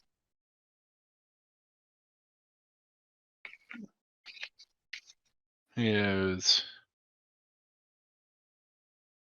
Yeah, I saw you miss dinner. I figured you might be hungry. It's Mom's famous pasta. Appreciate the offer, but good berries got me. My berries got me. Uh,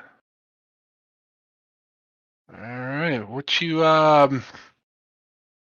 kind of looks a little disappointed that you turned down the meal, but he kind of quickly shifts and goes, "So, what you working on there?"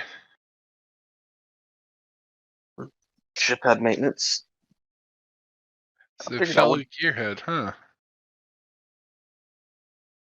Don't know about Gearhead. Well, he kind of sits there and he's kind of watching what you're doing, just kind of, and offers advice when need be, but really just kind of observing your work at the moment. And probably how I have no fear of any of the soot, oil, or anything. Um, Yeah, you definitely have that can-do, dive-in attitude. He's like, "Well, you missed the briefing. They chose a leader for this outfit tonight."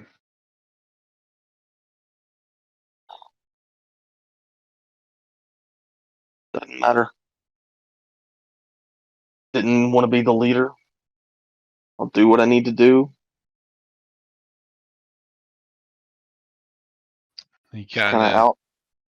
Just kind of out to be away from the yard for a while. he kind of nods for a moment and goes, "Well, I appreciate you taking over this task. As I'll be charging up and cleaning the ventilation. So when you're done, give me a shout, all right?" And do. Yes. And he kind of extends his hand down to you. As I didn't quite get your name earlier. Name's Cole. Nice to meet you, Cole. Yes. I'll talk to you in a bit. And sure, I can't convince you to try some of this sketty. I appreciate the offer. I'm good. All right, man. Well, it'll be in the fridge if you change your mind. So he kind of picks it up and heads back to the rec area.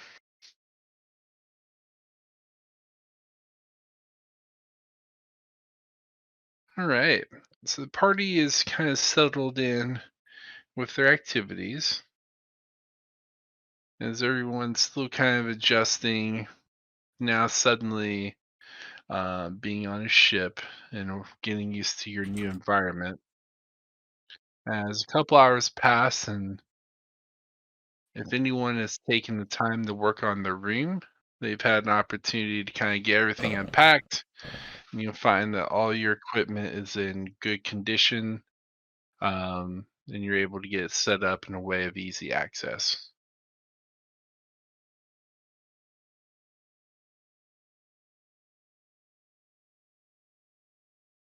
And while things seem uneventful and maybe even considering getting a light nap in or rest as the journey continues, you hear an odd buzzing noise come over the ship's communications.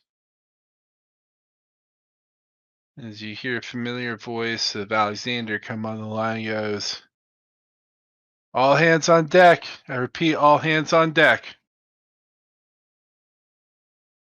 What does the party do? I never worked on a ship before, so I don't really know where to go. Well, part of the tour, you would have been taught that in case of emergency, that there'd be a central point in the ship that everyone would meet up at, should there be an emergency or all hands on deck being called. I immediately don my gear, Yep. grab my gun, uh, and make my way to the rendezvous point. All right.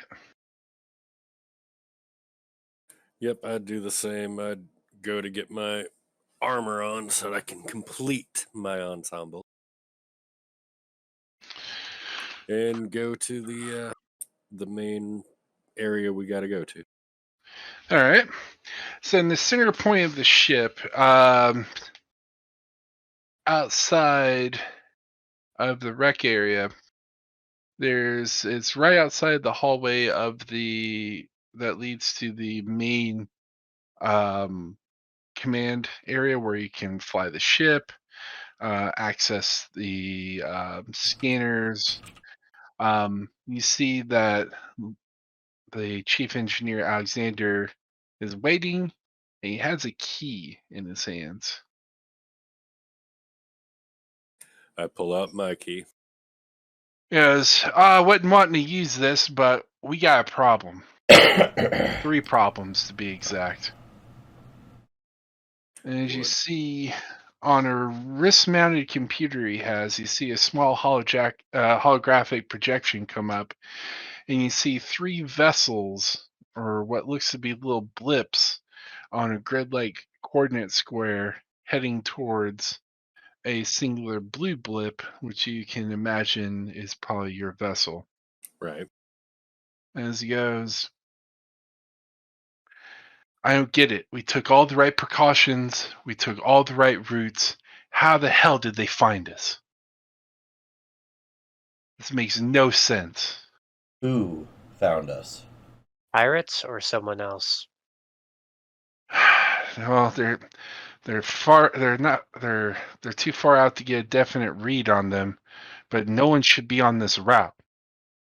So I'm guessing that if they're flying towards us directly, and they're matching our anticipated trajectory, that they know we're here, and they're coming directly for us. Which I'm pretty sure they're not here to sell us cookies. So, which one of you has gunnery experience for a ship? Guns are guns. Perfect. I'm gonna need you on one of the turrets. Who else is good with gunnery? Oh, look at the wizard. I don't know if I would be or not. Is your dex modifier more than 1?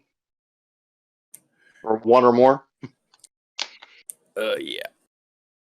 Then you're better than me.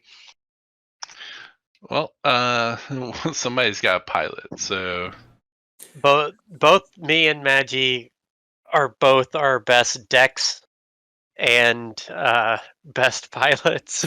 Yeah. Yeah, I've got +2 on decks. all right. I have +3 on decks. Oh Jesus! You do guns, I'll fly. All right. So pilot's going to have access to the obviously flying the ship, but also the concussion missile launcher. Darius, you're going to have access to one of the turrets.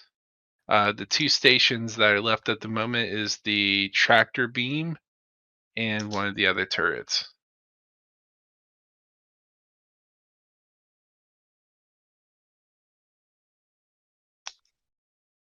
I kind of look at the wizard and I move myself over to the tractor beam. Alright. So Cole goes up to the command bridge and gets ready to access the tractor beam. And you just look at that long ladder down to the turret bay. Well, I'm assuming that in the process of working in a junkyard, at some point we would have likely had tractor beam type items Oh, to help move yeah. things around. So hold on, quick question. So you're saying that the turret access is through ladders? Yep. Not hydraulic lifts. There's a lot. Magi, you want to switch? We're gonna have to switch. Yeah. You're not gonna fit. I got it. Oh boy, we are on the wish.com, a Star Citizen. Yep. Oh, quite literally, I'm in power armor. Once again, the ship that we have was bought from wish.com. Wow, you guys are ragging on your own ship. Wow. Look, Who would've thought- we're struggling to even get to the defenses. Look, as long You- as I can eventually get a Paris-class frigate, I'll be fine. You Paris thought class? that I'm sorry, I didn't know that the geriatric ward was going to have difficulty getting to the turret.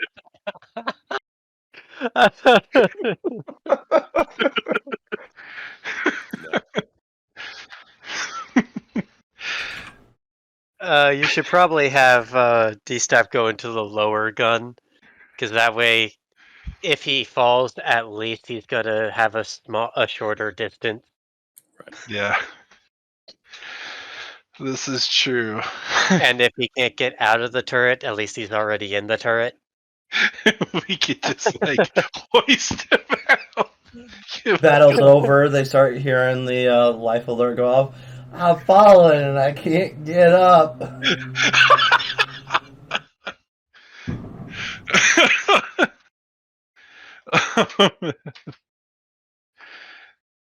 All right. So earlier in chat, I posted the statistics of the vessel. I'll go ahead and post them again for reference. So the ship's basic systems allow it to have a +4 to attack with one of the laser cannon turrets. But obviously, player controlled turrets more likely have a higher attack than that. So the pilot will be in charge of rolling initiative for the vessel. Alright, I'll go ahead and roll that. Then there aren't any modifiers for initiative, right? The ship itself has a dexterity of 14, so whatever you roll, you would get +2 to that. Yes. God damn it. Wow. All right. So I'm talking through what my wizard would actually be thinking. Is this considered a dangerous vessel that we are in? No. This is a civilian grade tugboat, basically. And we are going to have to try to kill something with it. A tugboat. If push comes to shove, ramming speed. Always. What would you consider to be dangerous? My piloting skills.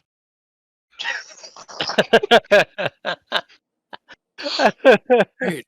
my reaction in the hospital. Good thing I filled out that insurance form before we left. I have no next of kin, so I don't have life insurance. It's going to no one. Protect my next of acorn. All right.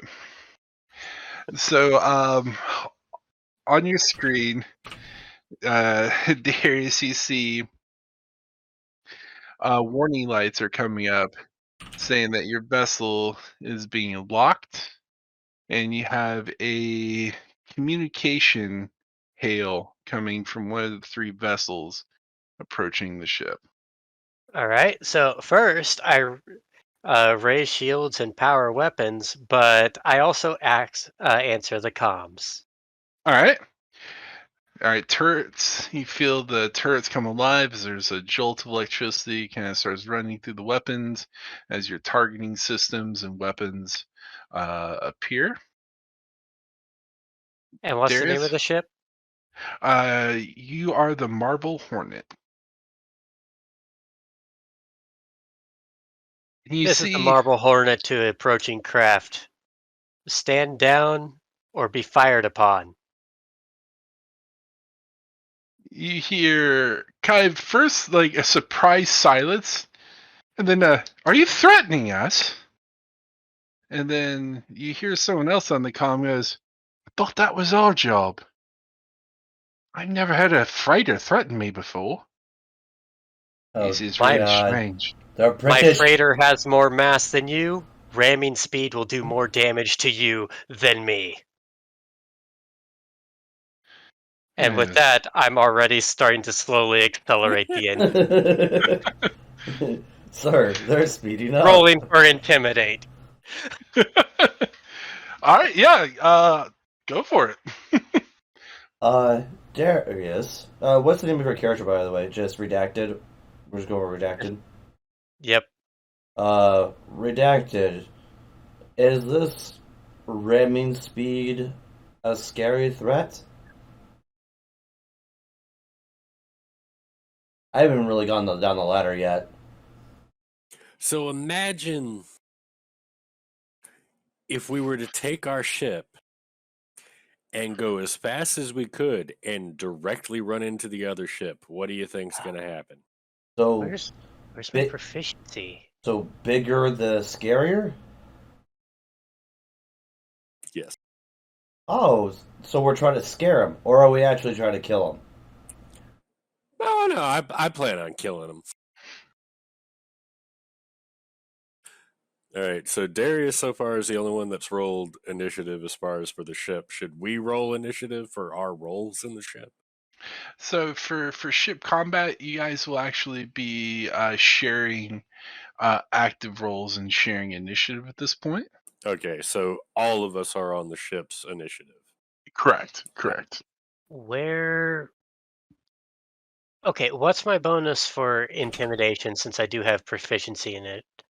That is the Intimidation. charisma-based skill, so it'd be 2 for your proficiency plus your charisma modifier plus dice roll. Okay. I just need to get that information. I could not find that anywhere. Oh, you're good. No worries. So I was like, God damn it. Intimidation doesn't technically Oh, have to be charisma. and my initiative should have been +3 instead of +2, I think. No, Ah. my initiative should have been +3 instead of +2. But it doesn't change much of anything. Yeah, we are going off the ship's decks. Exactly. That's what Yeah, I'm saying. yeah. But But go ahead and roll the intimidate. yeah, I'm trying to get back there. Oh, The sorry, you're good. D20. I love how our ship has a charisma higher than most of the people in the ship. That's why I'm like, man, like it's not a wish ship; it's a good-looking ship. Well, apparently I've had shit rolls, so they probably don't believe me. Well, rust and degrade on a ship provides charm, I guess. For a moment there, you see them kind of stop, and they are fucking flabbergasted. Like they've never had this happen before in their pirating careers. And then you hear someone else get on their comm and go, "It's a fucking freighter, you maggots! Get him!" And they're like, "Boss!" And you see them suddenly cut their engines back on and start going into an attack pattern. As soon as I get my turn to do the roll, I'm firing on these fuckers with the lasers. Yeah, I'm doing double shields front, activating Good job. afterburners. All right. And I'm going to be barreling towards the first craft that's there. All right. So, starting the round, one of the lead ships opens fire at the vessel. Darius, thanks to your quick thinking and evasive maneuvers, you're able to avoid the shots, and there was no damage done to the ship. The other two are preparing for their runs, as it is now the party's turn. You do have scanner suites, and so you can do like perception checks to kind of figure out what type of ships that are against you. You also have your individual crew positions that you're at that can take actions as well. So, pilot, with you being in command, you kind of choose really who goes first in this case. So, how do you wish to lay your turn? Okay, what's the distance from me and the closest target? All right. So, your first targets that were coming up on you were doing initial long range shots to try to hit you, but were not effective, and they are at 600 feet at the moment in closing. What Damn, in size is their space, ship? that's really, really close. Mm-hmm. Well, I So, mean, yeah, Star what? Citizen is getting closer and closer to that fact. Wow, that ship's really far away. I've already passed that ship. Are Exactly. their ships small, tiny, medium? That is a very good question. Perception check to hone in the scanners to get a clear visual on the blips would tell you more. Go right D20 ahead. plus 3, please. Okay, D20 plus 3. Okay, you know what? Fuck it. I'm not rolling anymore. Well, I think it Hold was. on. Oh God! I didn't do any better try. Uh, All right, Hold on. Let so me That's let me like roll myself. redacted. Um, would they be more scared of us if we appeared as a Actually, bigger D20. ship? Excuse me. D20 plus 5. I have advantage on perception. Okay. Maybe I'll have better luck this time. Good. Hey, there we go. all right, all right. So you realize that you had the wrong filter on, so you put the right filter on, and you were going up against, and you actually rolled well enough that not only can you tell that they're small light fighters, but you realize that they are short range interceptor craft, which means that they would need a base of operation nearby to be able to patrol in this area.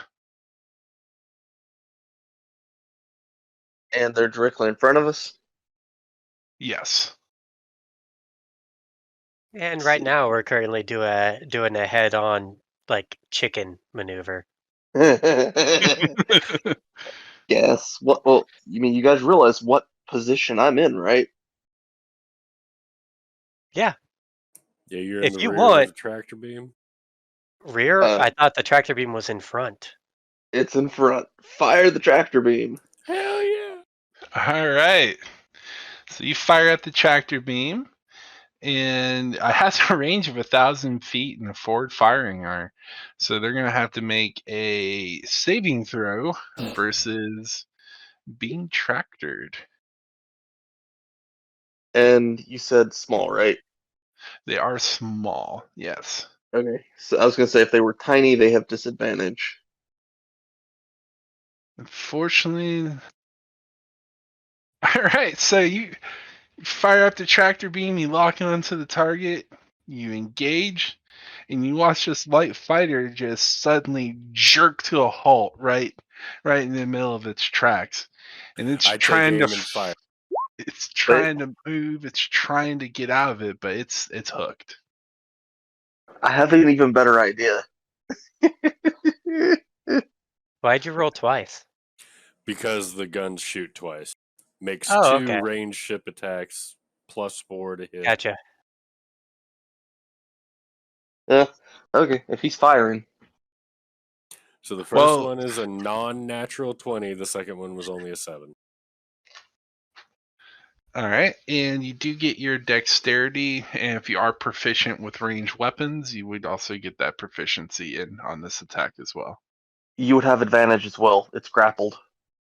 It's not going to get its dexterity into its armor class. Yeah, you would have an advantage against a tractor target. You're actually absolutely So right. I roll 2 more times Yeah. and take the best 2 out of 4. So, a 20 and a 7 it is. Holy shit! All right, so Terrible.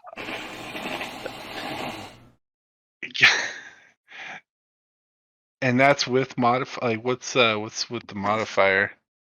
It says the so the ship's attack is +4 to hit. So I Yeah, did the +4 modifier. is yours higher or is the ship higher? It should be the same because he should have +2 and then +2 for ranged efficiency. Yeah, So so it yeah, it would should be the be same. Yeah, it'd be the same either way.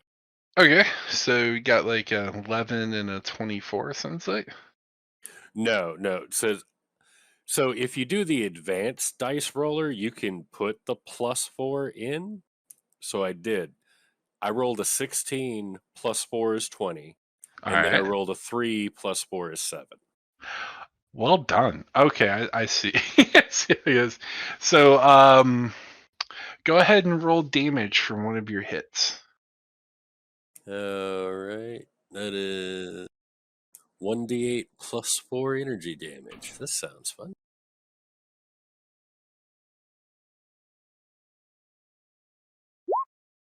So 11. Wow. All right.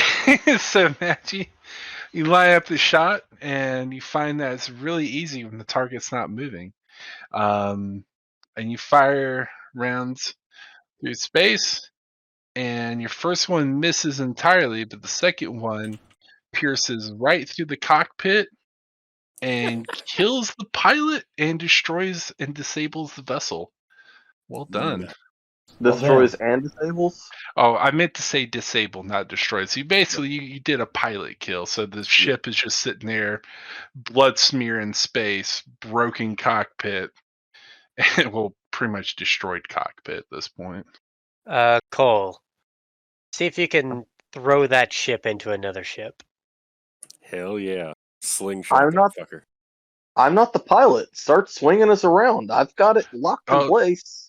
well, as a tractor beam Tractor beam, you can operator, move you can stuff. do that. Yeah, Okay. you can turn it. You can do that. You can move it up to 100 feet in a turn. Catapult. Yeah. Well, I'm thinking that if I hold it in place via the tractor beam and we spin the ship, Then It'll you can be launch inaccurate it. as fuck. Yeah. It'd be very inaccurate. It increased its speed, don't get me wrong. But it's going to be inaccurate as all hell. well, I mean, if I'm And holding besides, the ship, if I'm holding the already ship in place, afterburner at full speed forward. okay. I just need you to aim it. I adjust so that the ship that we took out is now between us and the other ship, All right. and reverse the tractor beam. Okay. So I'm gonna need you to roll a this would be technically a ranged attack. So die 20 plus proficiency plus dexterity mod, if any. Somebody roll me a d20 plus 2. Working on it. Because I get my Wow, proficiency. both of our rolls sucked. How about, okay, I can't trust you guys to roll. Hold on. Yeah, no shit.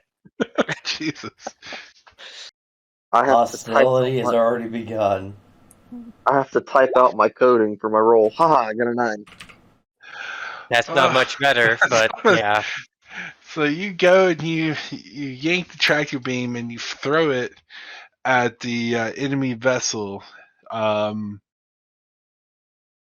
they are able to kind of see it coming and avoid the attack. All right, so we've had Caden go, we've had Cole go. Next we have Urzar and the pilot's action.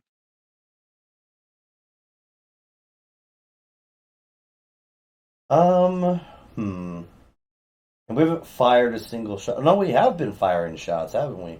Yeah, we've already fired. Why don't you join? Remember, he's a wizard that doesn't really know anything about the ship. Point, pull trigger. It's really, really simple. Point at enemy, pull trigger. It's really, really simple. If a farmer Luke Skywalker can do it, I'm pretty sure you can do it. Hey, he was Whoa. hunting womp rats for fun You got Yeah, he was. in his Skyhopper back at home. So guess, T28. yep, he got yep. put in the turret with training wheels. It'd be like handing Gandalf an AK. He does it now. But he does. Have He you not does. seen that picture? I have. It's Him when and you Bilbo play. Swaggins patrol the Shire all the time. In the Fellowship of the Bling. It's obvious.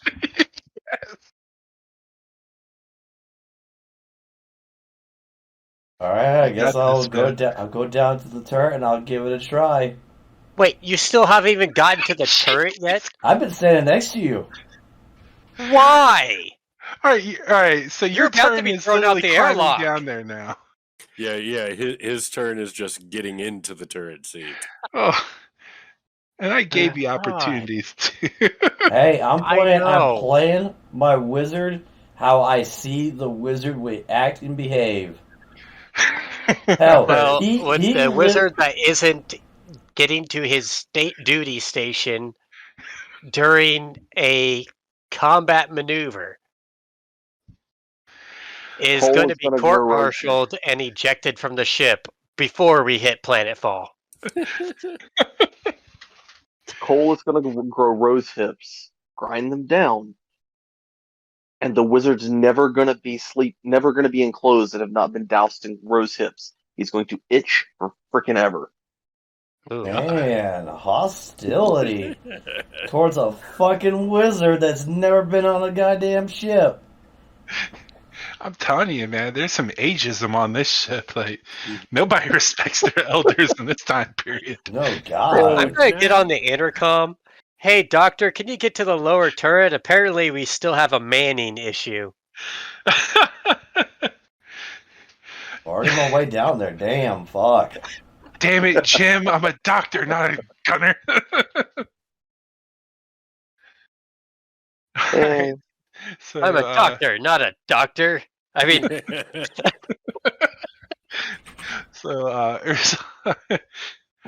I'll go ahead and say that you used your movement as part of your turn to climb down there, and thankfully the turret's already on. So go ahead and at the behest of your commander, you kind of put on a little headset and get your system up.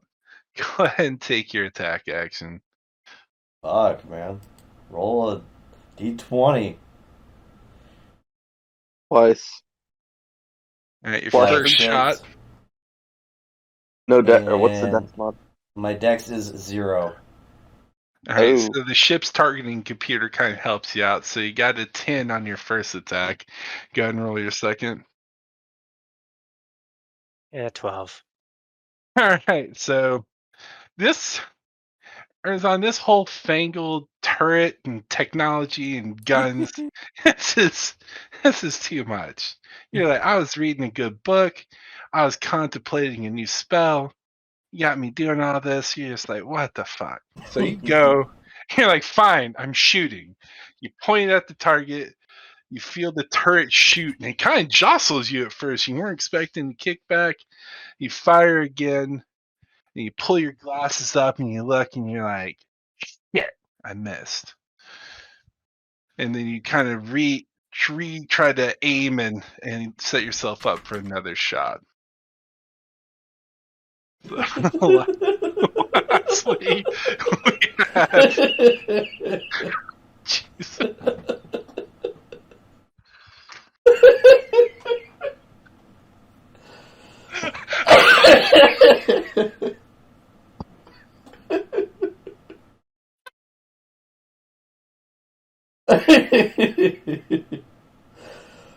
Oh, I thought that was appropriate meme right there. You okay, Liam?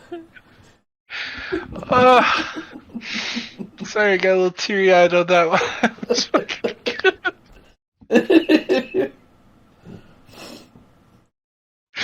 Alright, pilot. Yeah, Mr. Magoo on a fucking hunting trip. God damn.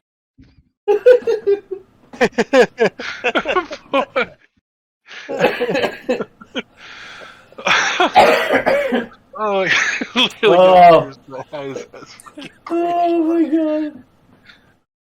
Alright, Redacted is your turn, sir. You have the full speed of the ship available. You have your anti-concussion or anti-fighter missiles, if you so choose. What would you like to do? Considering that they're light fighters and we're, kind of a medium freighter, I'm going to, since I already have shields double front, I'm just going to ram. All right. So, they're Well, going okay. to Quick attempt. question: is this shield technology like Star Sector or like Star Citizen? I'm gonna go ahead and say that in this, that is a good question. I'm probably gonna say it's probably more along the lines of Star Sector because it does regenerate and it does block attacks, and you can't take hull damage until your shields are actually broken. So if you're gonna do a ramming action, It's Basically, any viscous. Star Trek build. any damage that you do is probably going to be dealt kind of like double-edged sword. So if you ram Right, them, they'll take damage, but you also take damage as well. right, and it'll damage my shields to a point. Yeah, and if it's like really bad, it might break through the shields, but we'll see. Keep in mind that we have more mass. We won't get hit with nearly as much force as they will. This is true. This is true. So you do full speed, you're burning right at them. Full movement action Yep. to run into them. So they're going to roll their reflex attempts to try to avoid this. The Okay, so they thought you were bluffing, and then at the last minute they realized you were not bluffing. So go all ahead right. and roll 6 die 10, please. Oh, 60-10? All right. Yeah,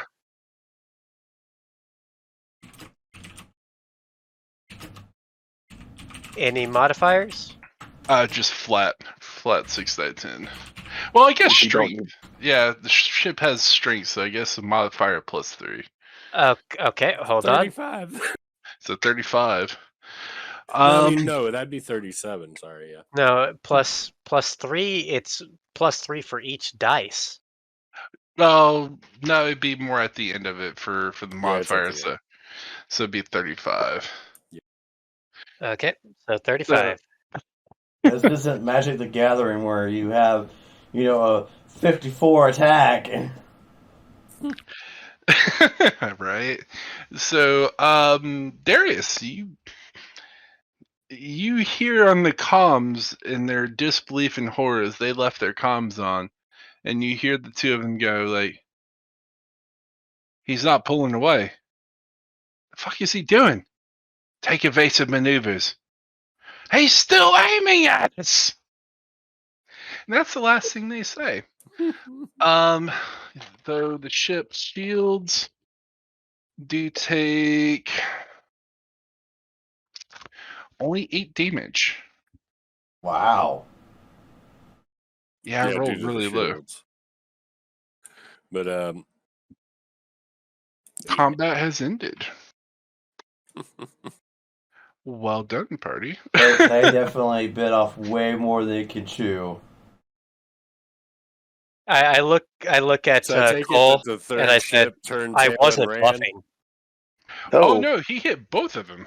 Oh, nice. They both failed their save. But I just turned to Cole. I wasn't bluffing. I didn't think you were bluffing.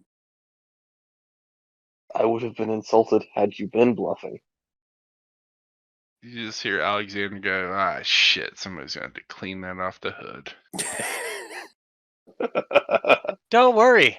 I put double shields front. While Shouldn't I be a threat appreciate from the it. ship. while everyone's chatting, they hear a distant voice down the ladder. Did we get him? Did we win?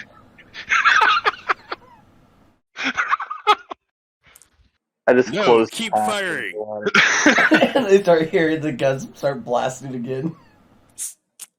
Okay, they're dead. You got them. Good job. Oh, Yay! And I turn off the weapons. Good job. Yeah. All right. I climb down. Redacted. The pointy barrel things are no longer doing the pew pew. You broke it. Good job. Yay! Alright, I need help getting up this ladder.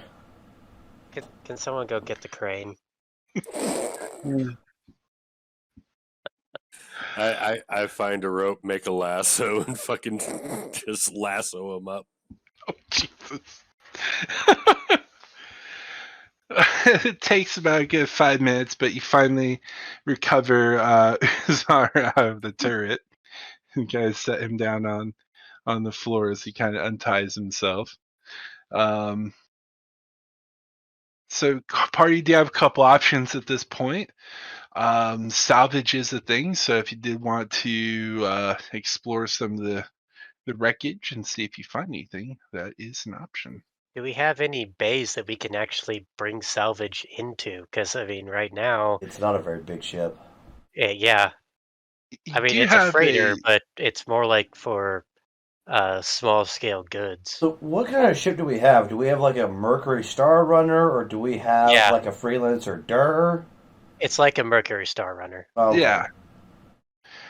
Basically, statistics wise, you guys are kind of like in the equivalent of like the Millennium Falcon. So it's gonna be like Millennium Falcon, MSR kind of deal.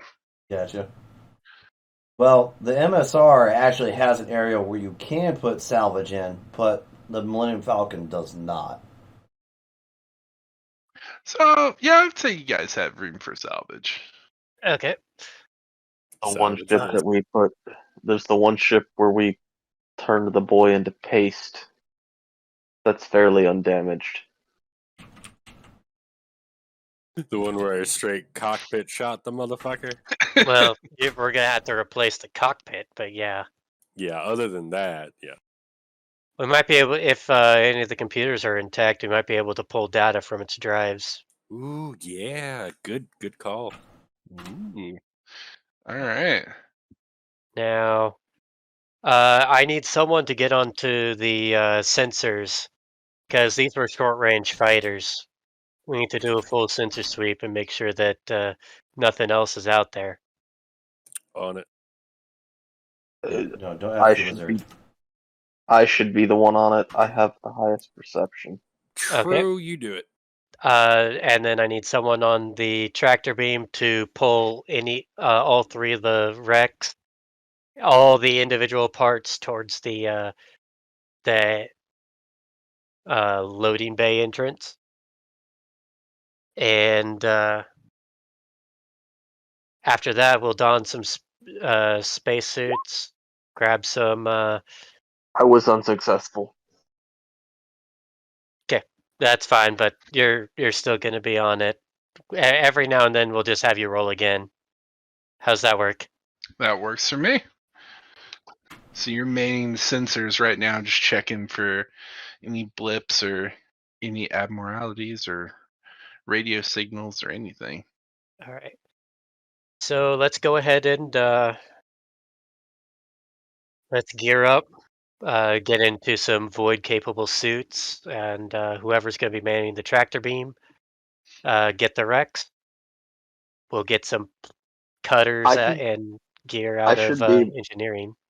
I should be able to man both the sensors and the tractor beam, since I'm not going to be constantly I'm scanning, but then Right.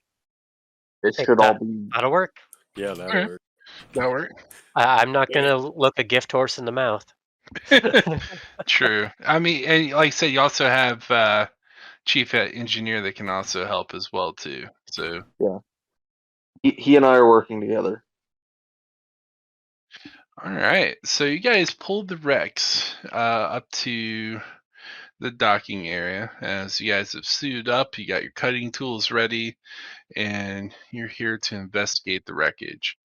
First ship that you guys pull aboard is the mostly intact one that the pilot seat cored out. So go ahead and roll a investigation to see if you guys can find anything of use or value. I got 16. Let's see. Investigation. Fuck. Like I said, I got a 16. Okay. Give me 1 second. Nope, that's not my roll. I was trying to hit -1. Okay. That's fine. That's fine. 20 plus 2. Oh, well, that's okay then. 20 plus 2. Natural 20, but a -1. Yeah. So I crit, but at the same time, I didn't crit. I No, got 13. You get the crit, but when it comes to if the roll was going up against something with a really high, yeah, you might not get it. Right. So Darius, the idea is still kind of stuck in your mind. Like, you know what? These are short range fighters. I gotta look at their flight log. I gotta pull up their telemetry computer. I gotta find something. I gotta figure out where these guys came from. It's itching in your head. You're like, there's gotta be more out there. Well, you luck out, and you're able to not only access the computer, but you also find the flight box, which most pirates usually will rip out their black box just so they're not tracked. Well, this dumbass forgot to do so. So you actually find his full flight records, where he's been operating out of. A lot of good information that could be mined out of this box. I have ideas. Ideas are good. After this, after we're done salvaging, I'm gonna make a couple proposals at our post-operation debrief. Right. But we'll continue. In any And other salvageable equipment? Ooh, I also have proposal, but we'll wait till we get to that point. and you're so impressed at the adeptness of the shot that he literally fired in such a way they left the ship perfectly disabled but didn't damage the components, meaning that the ship had 11 HP and he did precisely 11 We could say it. He just blew off the canopy, and Right. that was it. Yeah, that was it. And So like the controls, everything's good, just the canopy glass is just gone basically. We have 2 other wrecks to salvage that maybe we could pull the canopy glass off and have a have a backup strike fighter. fighter. Yeah, well, I want the carrier. All right, so that was the first one. So otherwise, I mean, it's pretty much intact. Weapon systems work for it. Hell, the damn thing even powers up and still has maneuvering thrusters. So it's pretty much, with some repairs, it'd be good to go.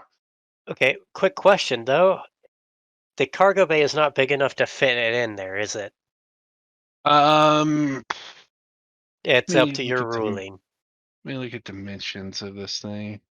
Well, technically, I know with the Mercury Star Runner, almost nothing can fit in there. Yeah, I But mean, you guys basically this is have it like right up to the door, and you're like kind of EVAing over and looking at right. it. I'm just wondering if we have a scaled up version of the Mercury Star Runner, or if it's exactly like the Mercury Star Runner, because you did say it was like 100 feet, 100 plus feet or meters. Yeah, it's 114 feet long. Let me look at the MSR dimensions. Should be directly on the website. Could we not just use our docking clamps to clamp onto it for now and pull it along with us? I mean, theory, Could. I mean, in absolutely. space, yeah. And It wouldn't hold in atmosphere, but in space, yeah, it'd work. that was kind of like the whole point of the Millennium Falcon. So those two prongs are for. That we never see him use. Actually, you do see him use it. When? Yeah. Empire Strikes Back, he does it to the back of the Imperial Star Destroyer. Yep. So you guys are actually probably being a larger one. So this one, your ship is like 114 meters, and the MSR is 56 meters. So yeah, so it's upscale. We probably have enough for one fighter then. Yeah. But that would be it. You wouldn't be able to get like a ground vehicle or anything like that. That pretty much like That'd take up the whole space that area can fit. Yeah. Yeah, yeah. We could always sell this later and get something else. right. I Yeah, know. Well, absolutely I'm could. pretty sure we both have interesting proposals coming up, so we'll see what happens. Like, I don't know, a Paris class frigate from Halo. Because, nothing quite says hello like a Mac cannon. And nothing says Well- goodbye like field deployment See, of so ODST. I was thinking if we can salvage enough to get this fighter operational, and it's a single seat or a two-seater. Oh, it's a single seater. That's fine. When we go to attack the ship that sent these at us, I'll launch out in the fighter, board the enemy ship, and take it. Ooh. Depending on what information we get on how many people are on that other ship, because that might be a tall order. It very well may be.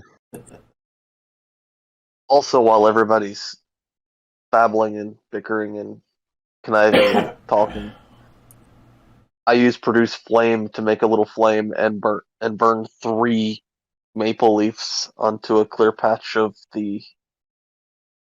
onto a clear space on the wall. Hmm. Kill count. Nice. All right. So you're Why doing not put that graffiti. on the... you should put that on the exterior of the hull. Like, just start making the victory marks. Oh yeah. That's actually a good idea. I like that. I throw on an EVA suit, go outside for long enough to do it, and come back in. All right. So you're pretty well satisfied with the first wreckage. Go ahead and you guys got that one locked in, and now take a look at the second wreckage. Which should be in multiple crushed splinters, Yeah. just like the third. If we're lucky, we might have a canopy. Like a crushed soda can. Okay, so that's for the second wreckage. Oh, good God, that's for the third. Apparently, I only had luck on the first one. How the fuck did that just... Maggie, your dice are drunk. My dice are very drunk. So yeah, I rolled a 40. It's only a 20-sided die. I rolled a 40. So, Maggie, I don't know how the fuck. You should count that as a freaking 16. yeah.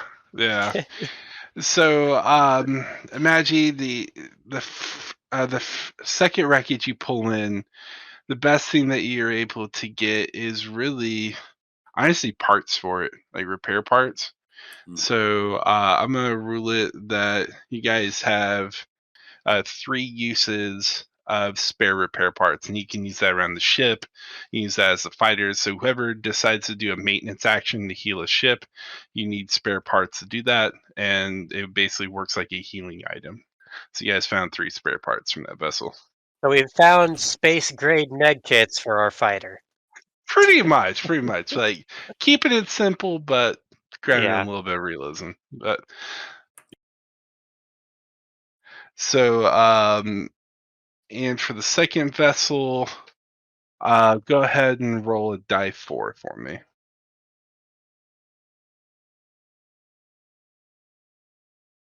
And I swear to God, if you end up somehow with 80, I mean, surprised. So the third one really caught the brunt of the ship, and the engine went up, the fuel ignited, so you're not able to get much out of that. So grand total, you got about 4 uses of repair parts. gotcha. Out of all that, did we get any one intact canopy? You could use a repair part to replace the canopy. Yes. Yeah, let's do that. Yeah, let's go ahead and do that. All right, so we're down to 3 repair parts. And that basically gets the ship fully operational, so it's good to go. Oh, sure. I either get a 1 or a 4. Fuck you for die 4. Fuck Hey, you. at least you didn't get a 0. I still want to know how the fuck I got 36 on a 20-sided die. Even your overseers are very impressed right now. Like, I'm pretty sure the red suit man's like clapping. He's like, "Fucking well done." I'm pretty sure if they were watching this engagement, I they'd mean, be like, why did we hire these guys? The first thing they did was ramming speed. That was their first option. It was effective. we won. Did we get the Technically, job the first done? option was tractor beam. Yeah, we did get the job done, but the thing is that should be always the last resort. Mhm. But because I threatened I'd do it, You did it. I did it. You are a man of your word. I'll Yeah. give you that. So, who's currently watching the sensors at the moment? That would be me Uzar. after I came back in. No, not Uzar, Cole. By the way, what is Uzar doing right now? What am I doing? Yeah, Not really much of anything. so we have a freeloader. God So- damn it. So, was there a body left in the ship that I just cored the canopy? No. I like. Is there anything no, for no. him to work No, on? no. Let's take a few steps back. Like a good 20 minutes gone by before anyone asks, "Wait a minute, where's Uzar at?" Where's that crazy wizard? He's pooping right now. I swear, at some point, you need to make your character actually useful. You took a wizard that has like no tech ability at all and threw him on a goddamn ship. Yeah, you know that you can cast spells on ships.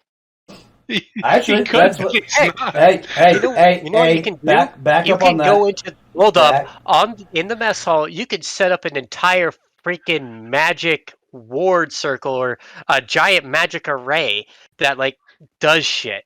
But no, you're standing around. Take a few steps back and calm down. I was actually trying to imply that without metagaming.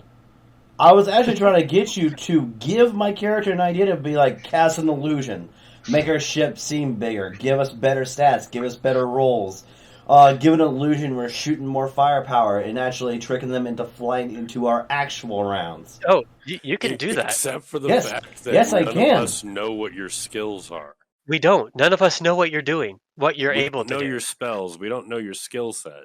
Heck, the only thing that you guys know about my character, he's big, he's strong, he has power armor, and he carries around a really big gun.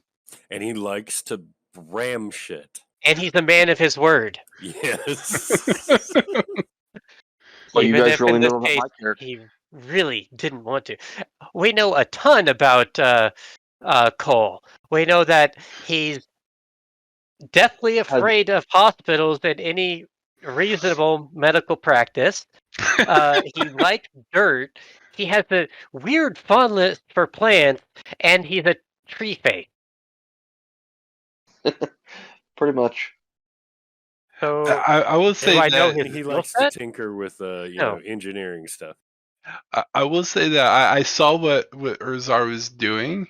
I was like, okay, I kind of get like, is he kind of prompting the party for the illusion? But I was worried. I'm like, nobody knows that you're a mage, though. Yeah. We just know, all we know about your character is that you you detected magic, you carry around a rather nice staff that's obviously a magic staff, and that you're very geriatric and have trouble going up and down ladders. Especially back up. But for whatever reason, you're faster than everyone else whenever it comes to getting to the mess hall. Yeah. Well, in truth, Gandalf did fuck around a lot, though. Yes. He showed up when he was needed, but damn, did he just like wander off and do some other shit? He did. Yeah, no kidding.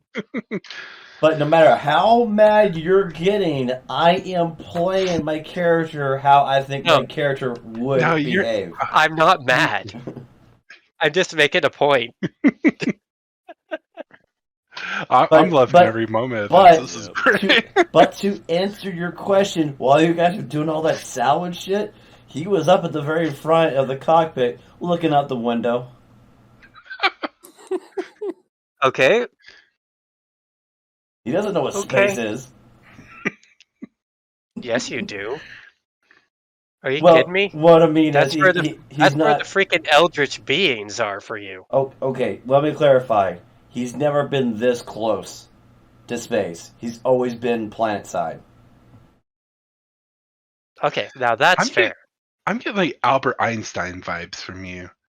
Like just like super intelligent, but like But not. socially inept. Just like walking around like, what are you doing? Like, I'm staring. I'm thinking. Like in your mind, you're like contemplating like fucking astrophysics, but everyone else is like, is he senile? Pretty sure he's seen that one, yeah. I love it. And the problem is, you keep trying to apply his abilities to stuff he doesn't know a damn thing about. But God help you when you do know. It's gonna be fucking scary. Oh yeah, it's gonna be very scary. So Cole, Indeed. you are you are at the helm at the moment, and as you're working the tractor beam, roll a perception for the scanners, please. Do you need us to roll? We're not.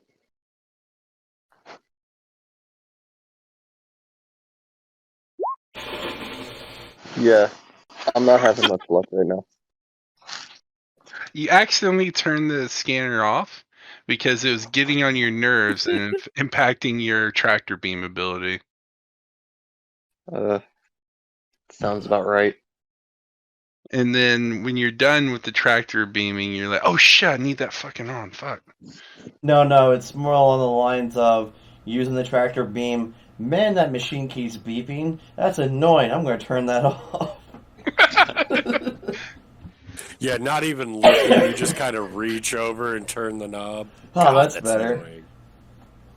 Who designed that anyway? That's It's how Grandpa died. When your alarm goes off and you turn it off instead of fucking getting up. It's like a story of the person. It's like, man, I went to go visit Grandpa at the hospital, but this one machine kept annoying me, so I unplugged it. And that was the last I'd known about him. Jesus. Yeah, he passed that night. Alright, so the party, you've completed your salvage operation, and you decide to go ahead and meet in the rec room to discuss what to do from next. All right. So, I have a proposal based on the data we were able to pull from the intact fighter. All right, shoot. We have 4 options as far as I can say. 3 of them have us going to a is it a asteroid facility or a carrier? that they You would came from? need to access the computer systems to have a definite answer on that. I thought that's what I was doing whenever I was Totally Uh, no. okay, so if you've had time to process the data, then essentially it is a small asteroid facility that they're coming from. Okay. They also, you realize that this was a part of a scout group, and it was a scout group of 4. Okay. And we took out 3. Yep.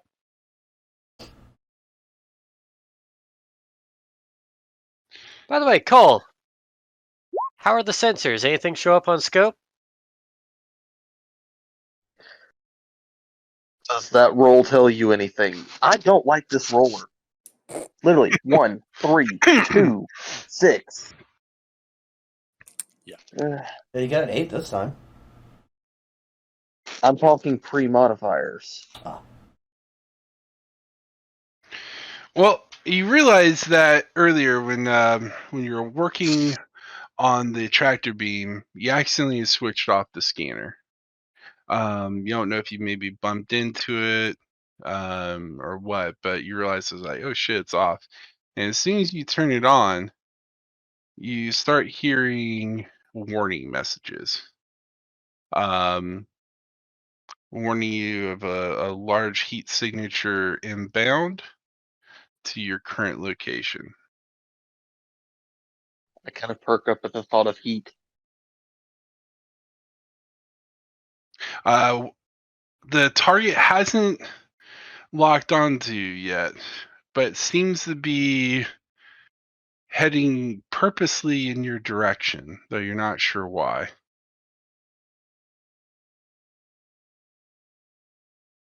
Perhaps this may be investigating your last known coordinates, but you're not sure. I let the others know that, or I kind of let the others know something's coming. Well, you have a couple choices then. The Okay. party could attempt evasive maneuvers and attempt to evade the vessel by hiding, or you could attempt to fire up and fight the unknown vessel approaching you, or you could just turn and burn and do a high speed flee action. I actually have a alternative idea that might work. Oh, What we do, We we put the wizard jettison. in the fighter. No, no. No, I was gonna strap him to the outside as an extra cannon.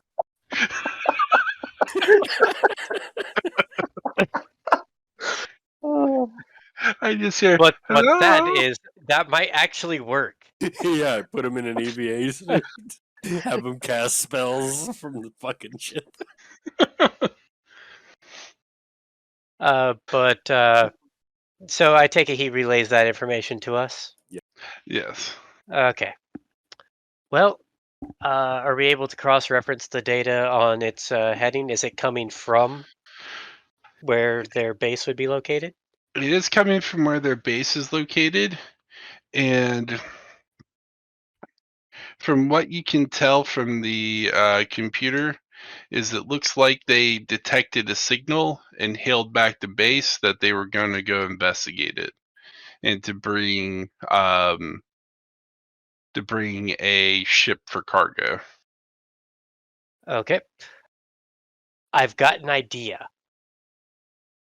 And hear me out before I start throwing out other options, but we fit me into the cockpit of the fighter Mm-hmm. with all my gear. Okay. We push it out into space. We break a fuel line on one of the engines, so it's leaking fuel, and it's dead in the water. No power, no nothing in the debris field with the other fighters. You guys go. I'm. Are there any asteroids around here? That would be a scanning check real quick to see if there's a appropriate place to hide the ship. They roll a d20 plus 5 for me. All right, hold on. Maybe you'll have better luck. Nope, not much better luck. Oh, fortunately, it wasn't that hard of a DC to check. So yes, there is small asteroids in the area that you can hide behind. I have a better idea though. It's typically But- where these but- pirates like to kind of hang out at in these little asteroid belts and fields. I have an idea though. If the DM will allow me, I have my Okay. staff ability. Which one are you thinking? Pass without a trace. Ooh. Well, it is party members within 30 feet, so I guess as long as you consider the ship your party member, technically But you the could thing cast. is that it doesn't cover the entirety of the ship, though. Well, the 30 feet is only ranged for subject targets. But what it does is it does provide a buff that he's wanting to cast. So I would see it no different than like a mage casting like shield on the ship and increasing its AC temporarily. Right. All right, Or that'll work. haste or something. Yeah. Yeah. So yeah, if that's something you want to do, that would actually be very good in this situation. Then that's I basically pull out my staff and I sit down on the ground in a centralized location.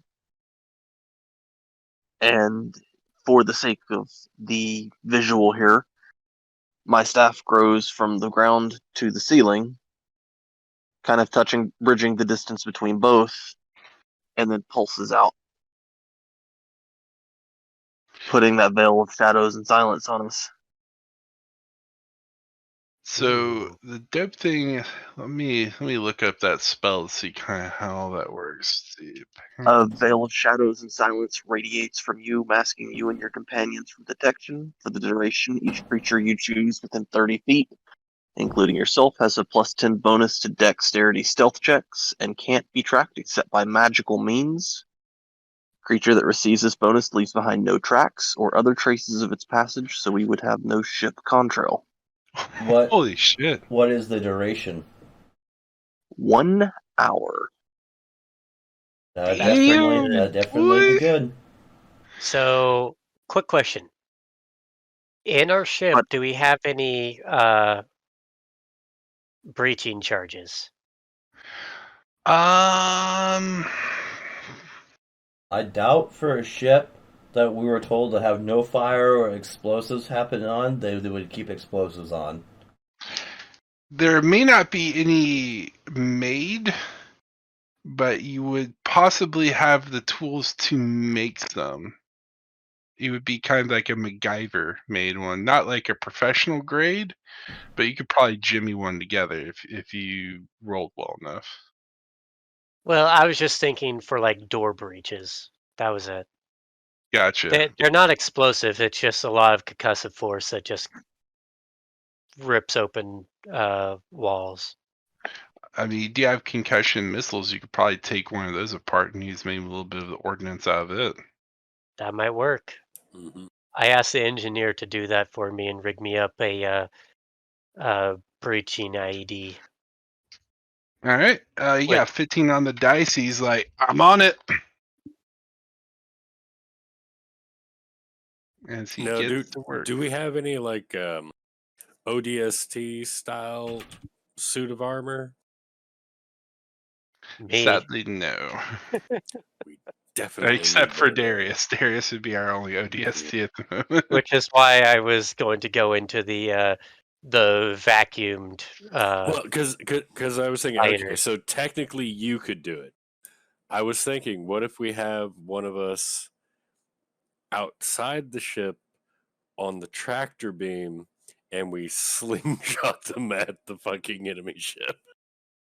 Also, while I'm thinking about it, since I didn't technically tell everybody I had a staff, um, what you see isn't actually a staff. It's a long piece of wood that kind of slithers out the sleeve of my shirt or my jacket or my coat, and just that's what you guys see.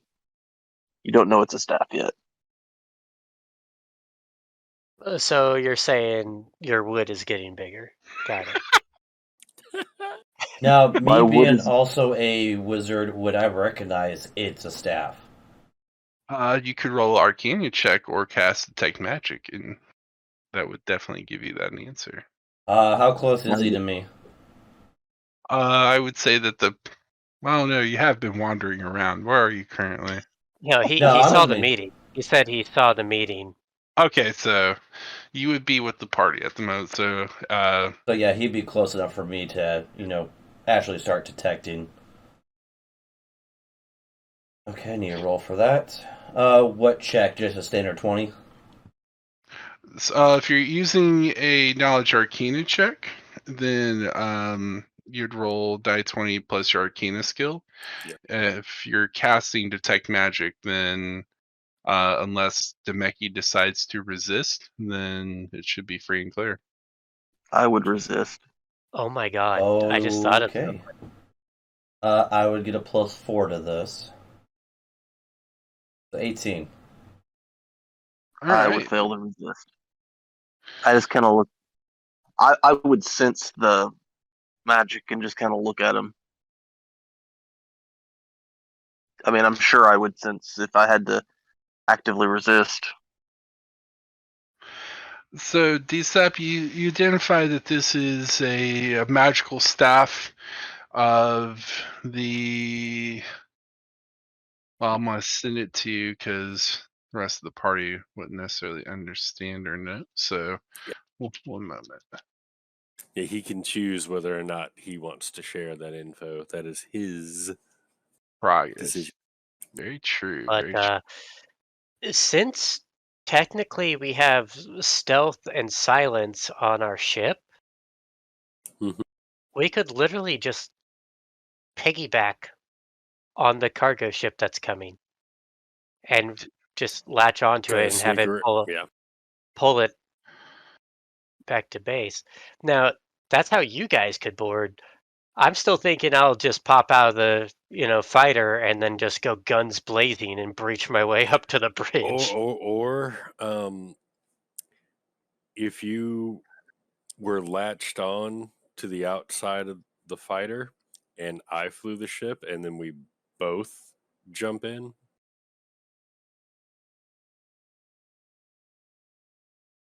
We could, but if the ship had power still, uh, they might suspect something's up. Mm-hmm. Well, gentlemen, for this will be another tale for another day. It's Yep. about 3 o'clock here. This is true. So I will say that you guys did a great job, and I would consider this a good milestone achievement. You've survived your first encounter. You definitely proved and tested yourself in the heat of battle, as well as you got some really good information about the pirates that are operating out of this area. So it's really strange how well informed these pirates are. Mm-hmm. So I will go ahead and say that you guys got a milestone experience to go up to level 2. And next session, or in between time, you guys can level up. And the next session, we'll be able to start with you guys fresh on level 2.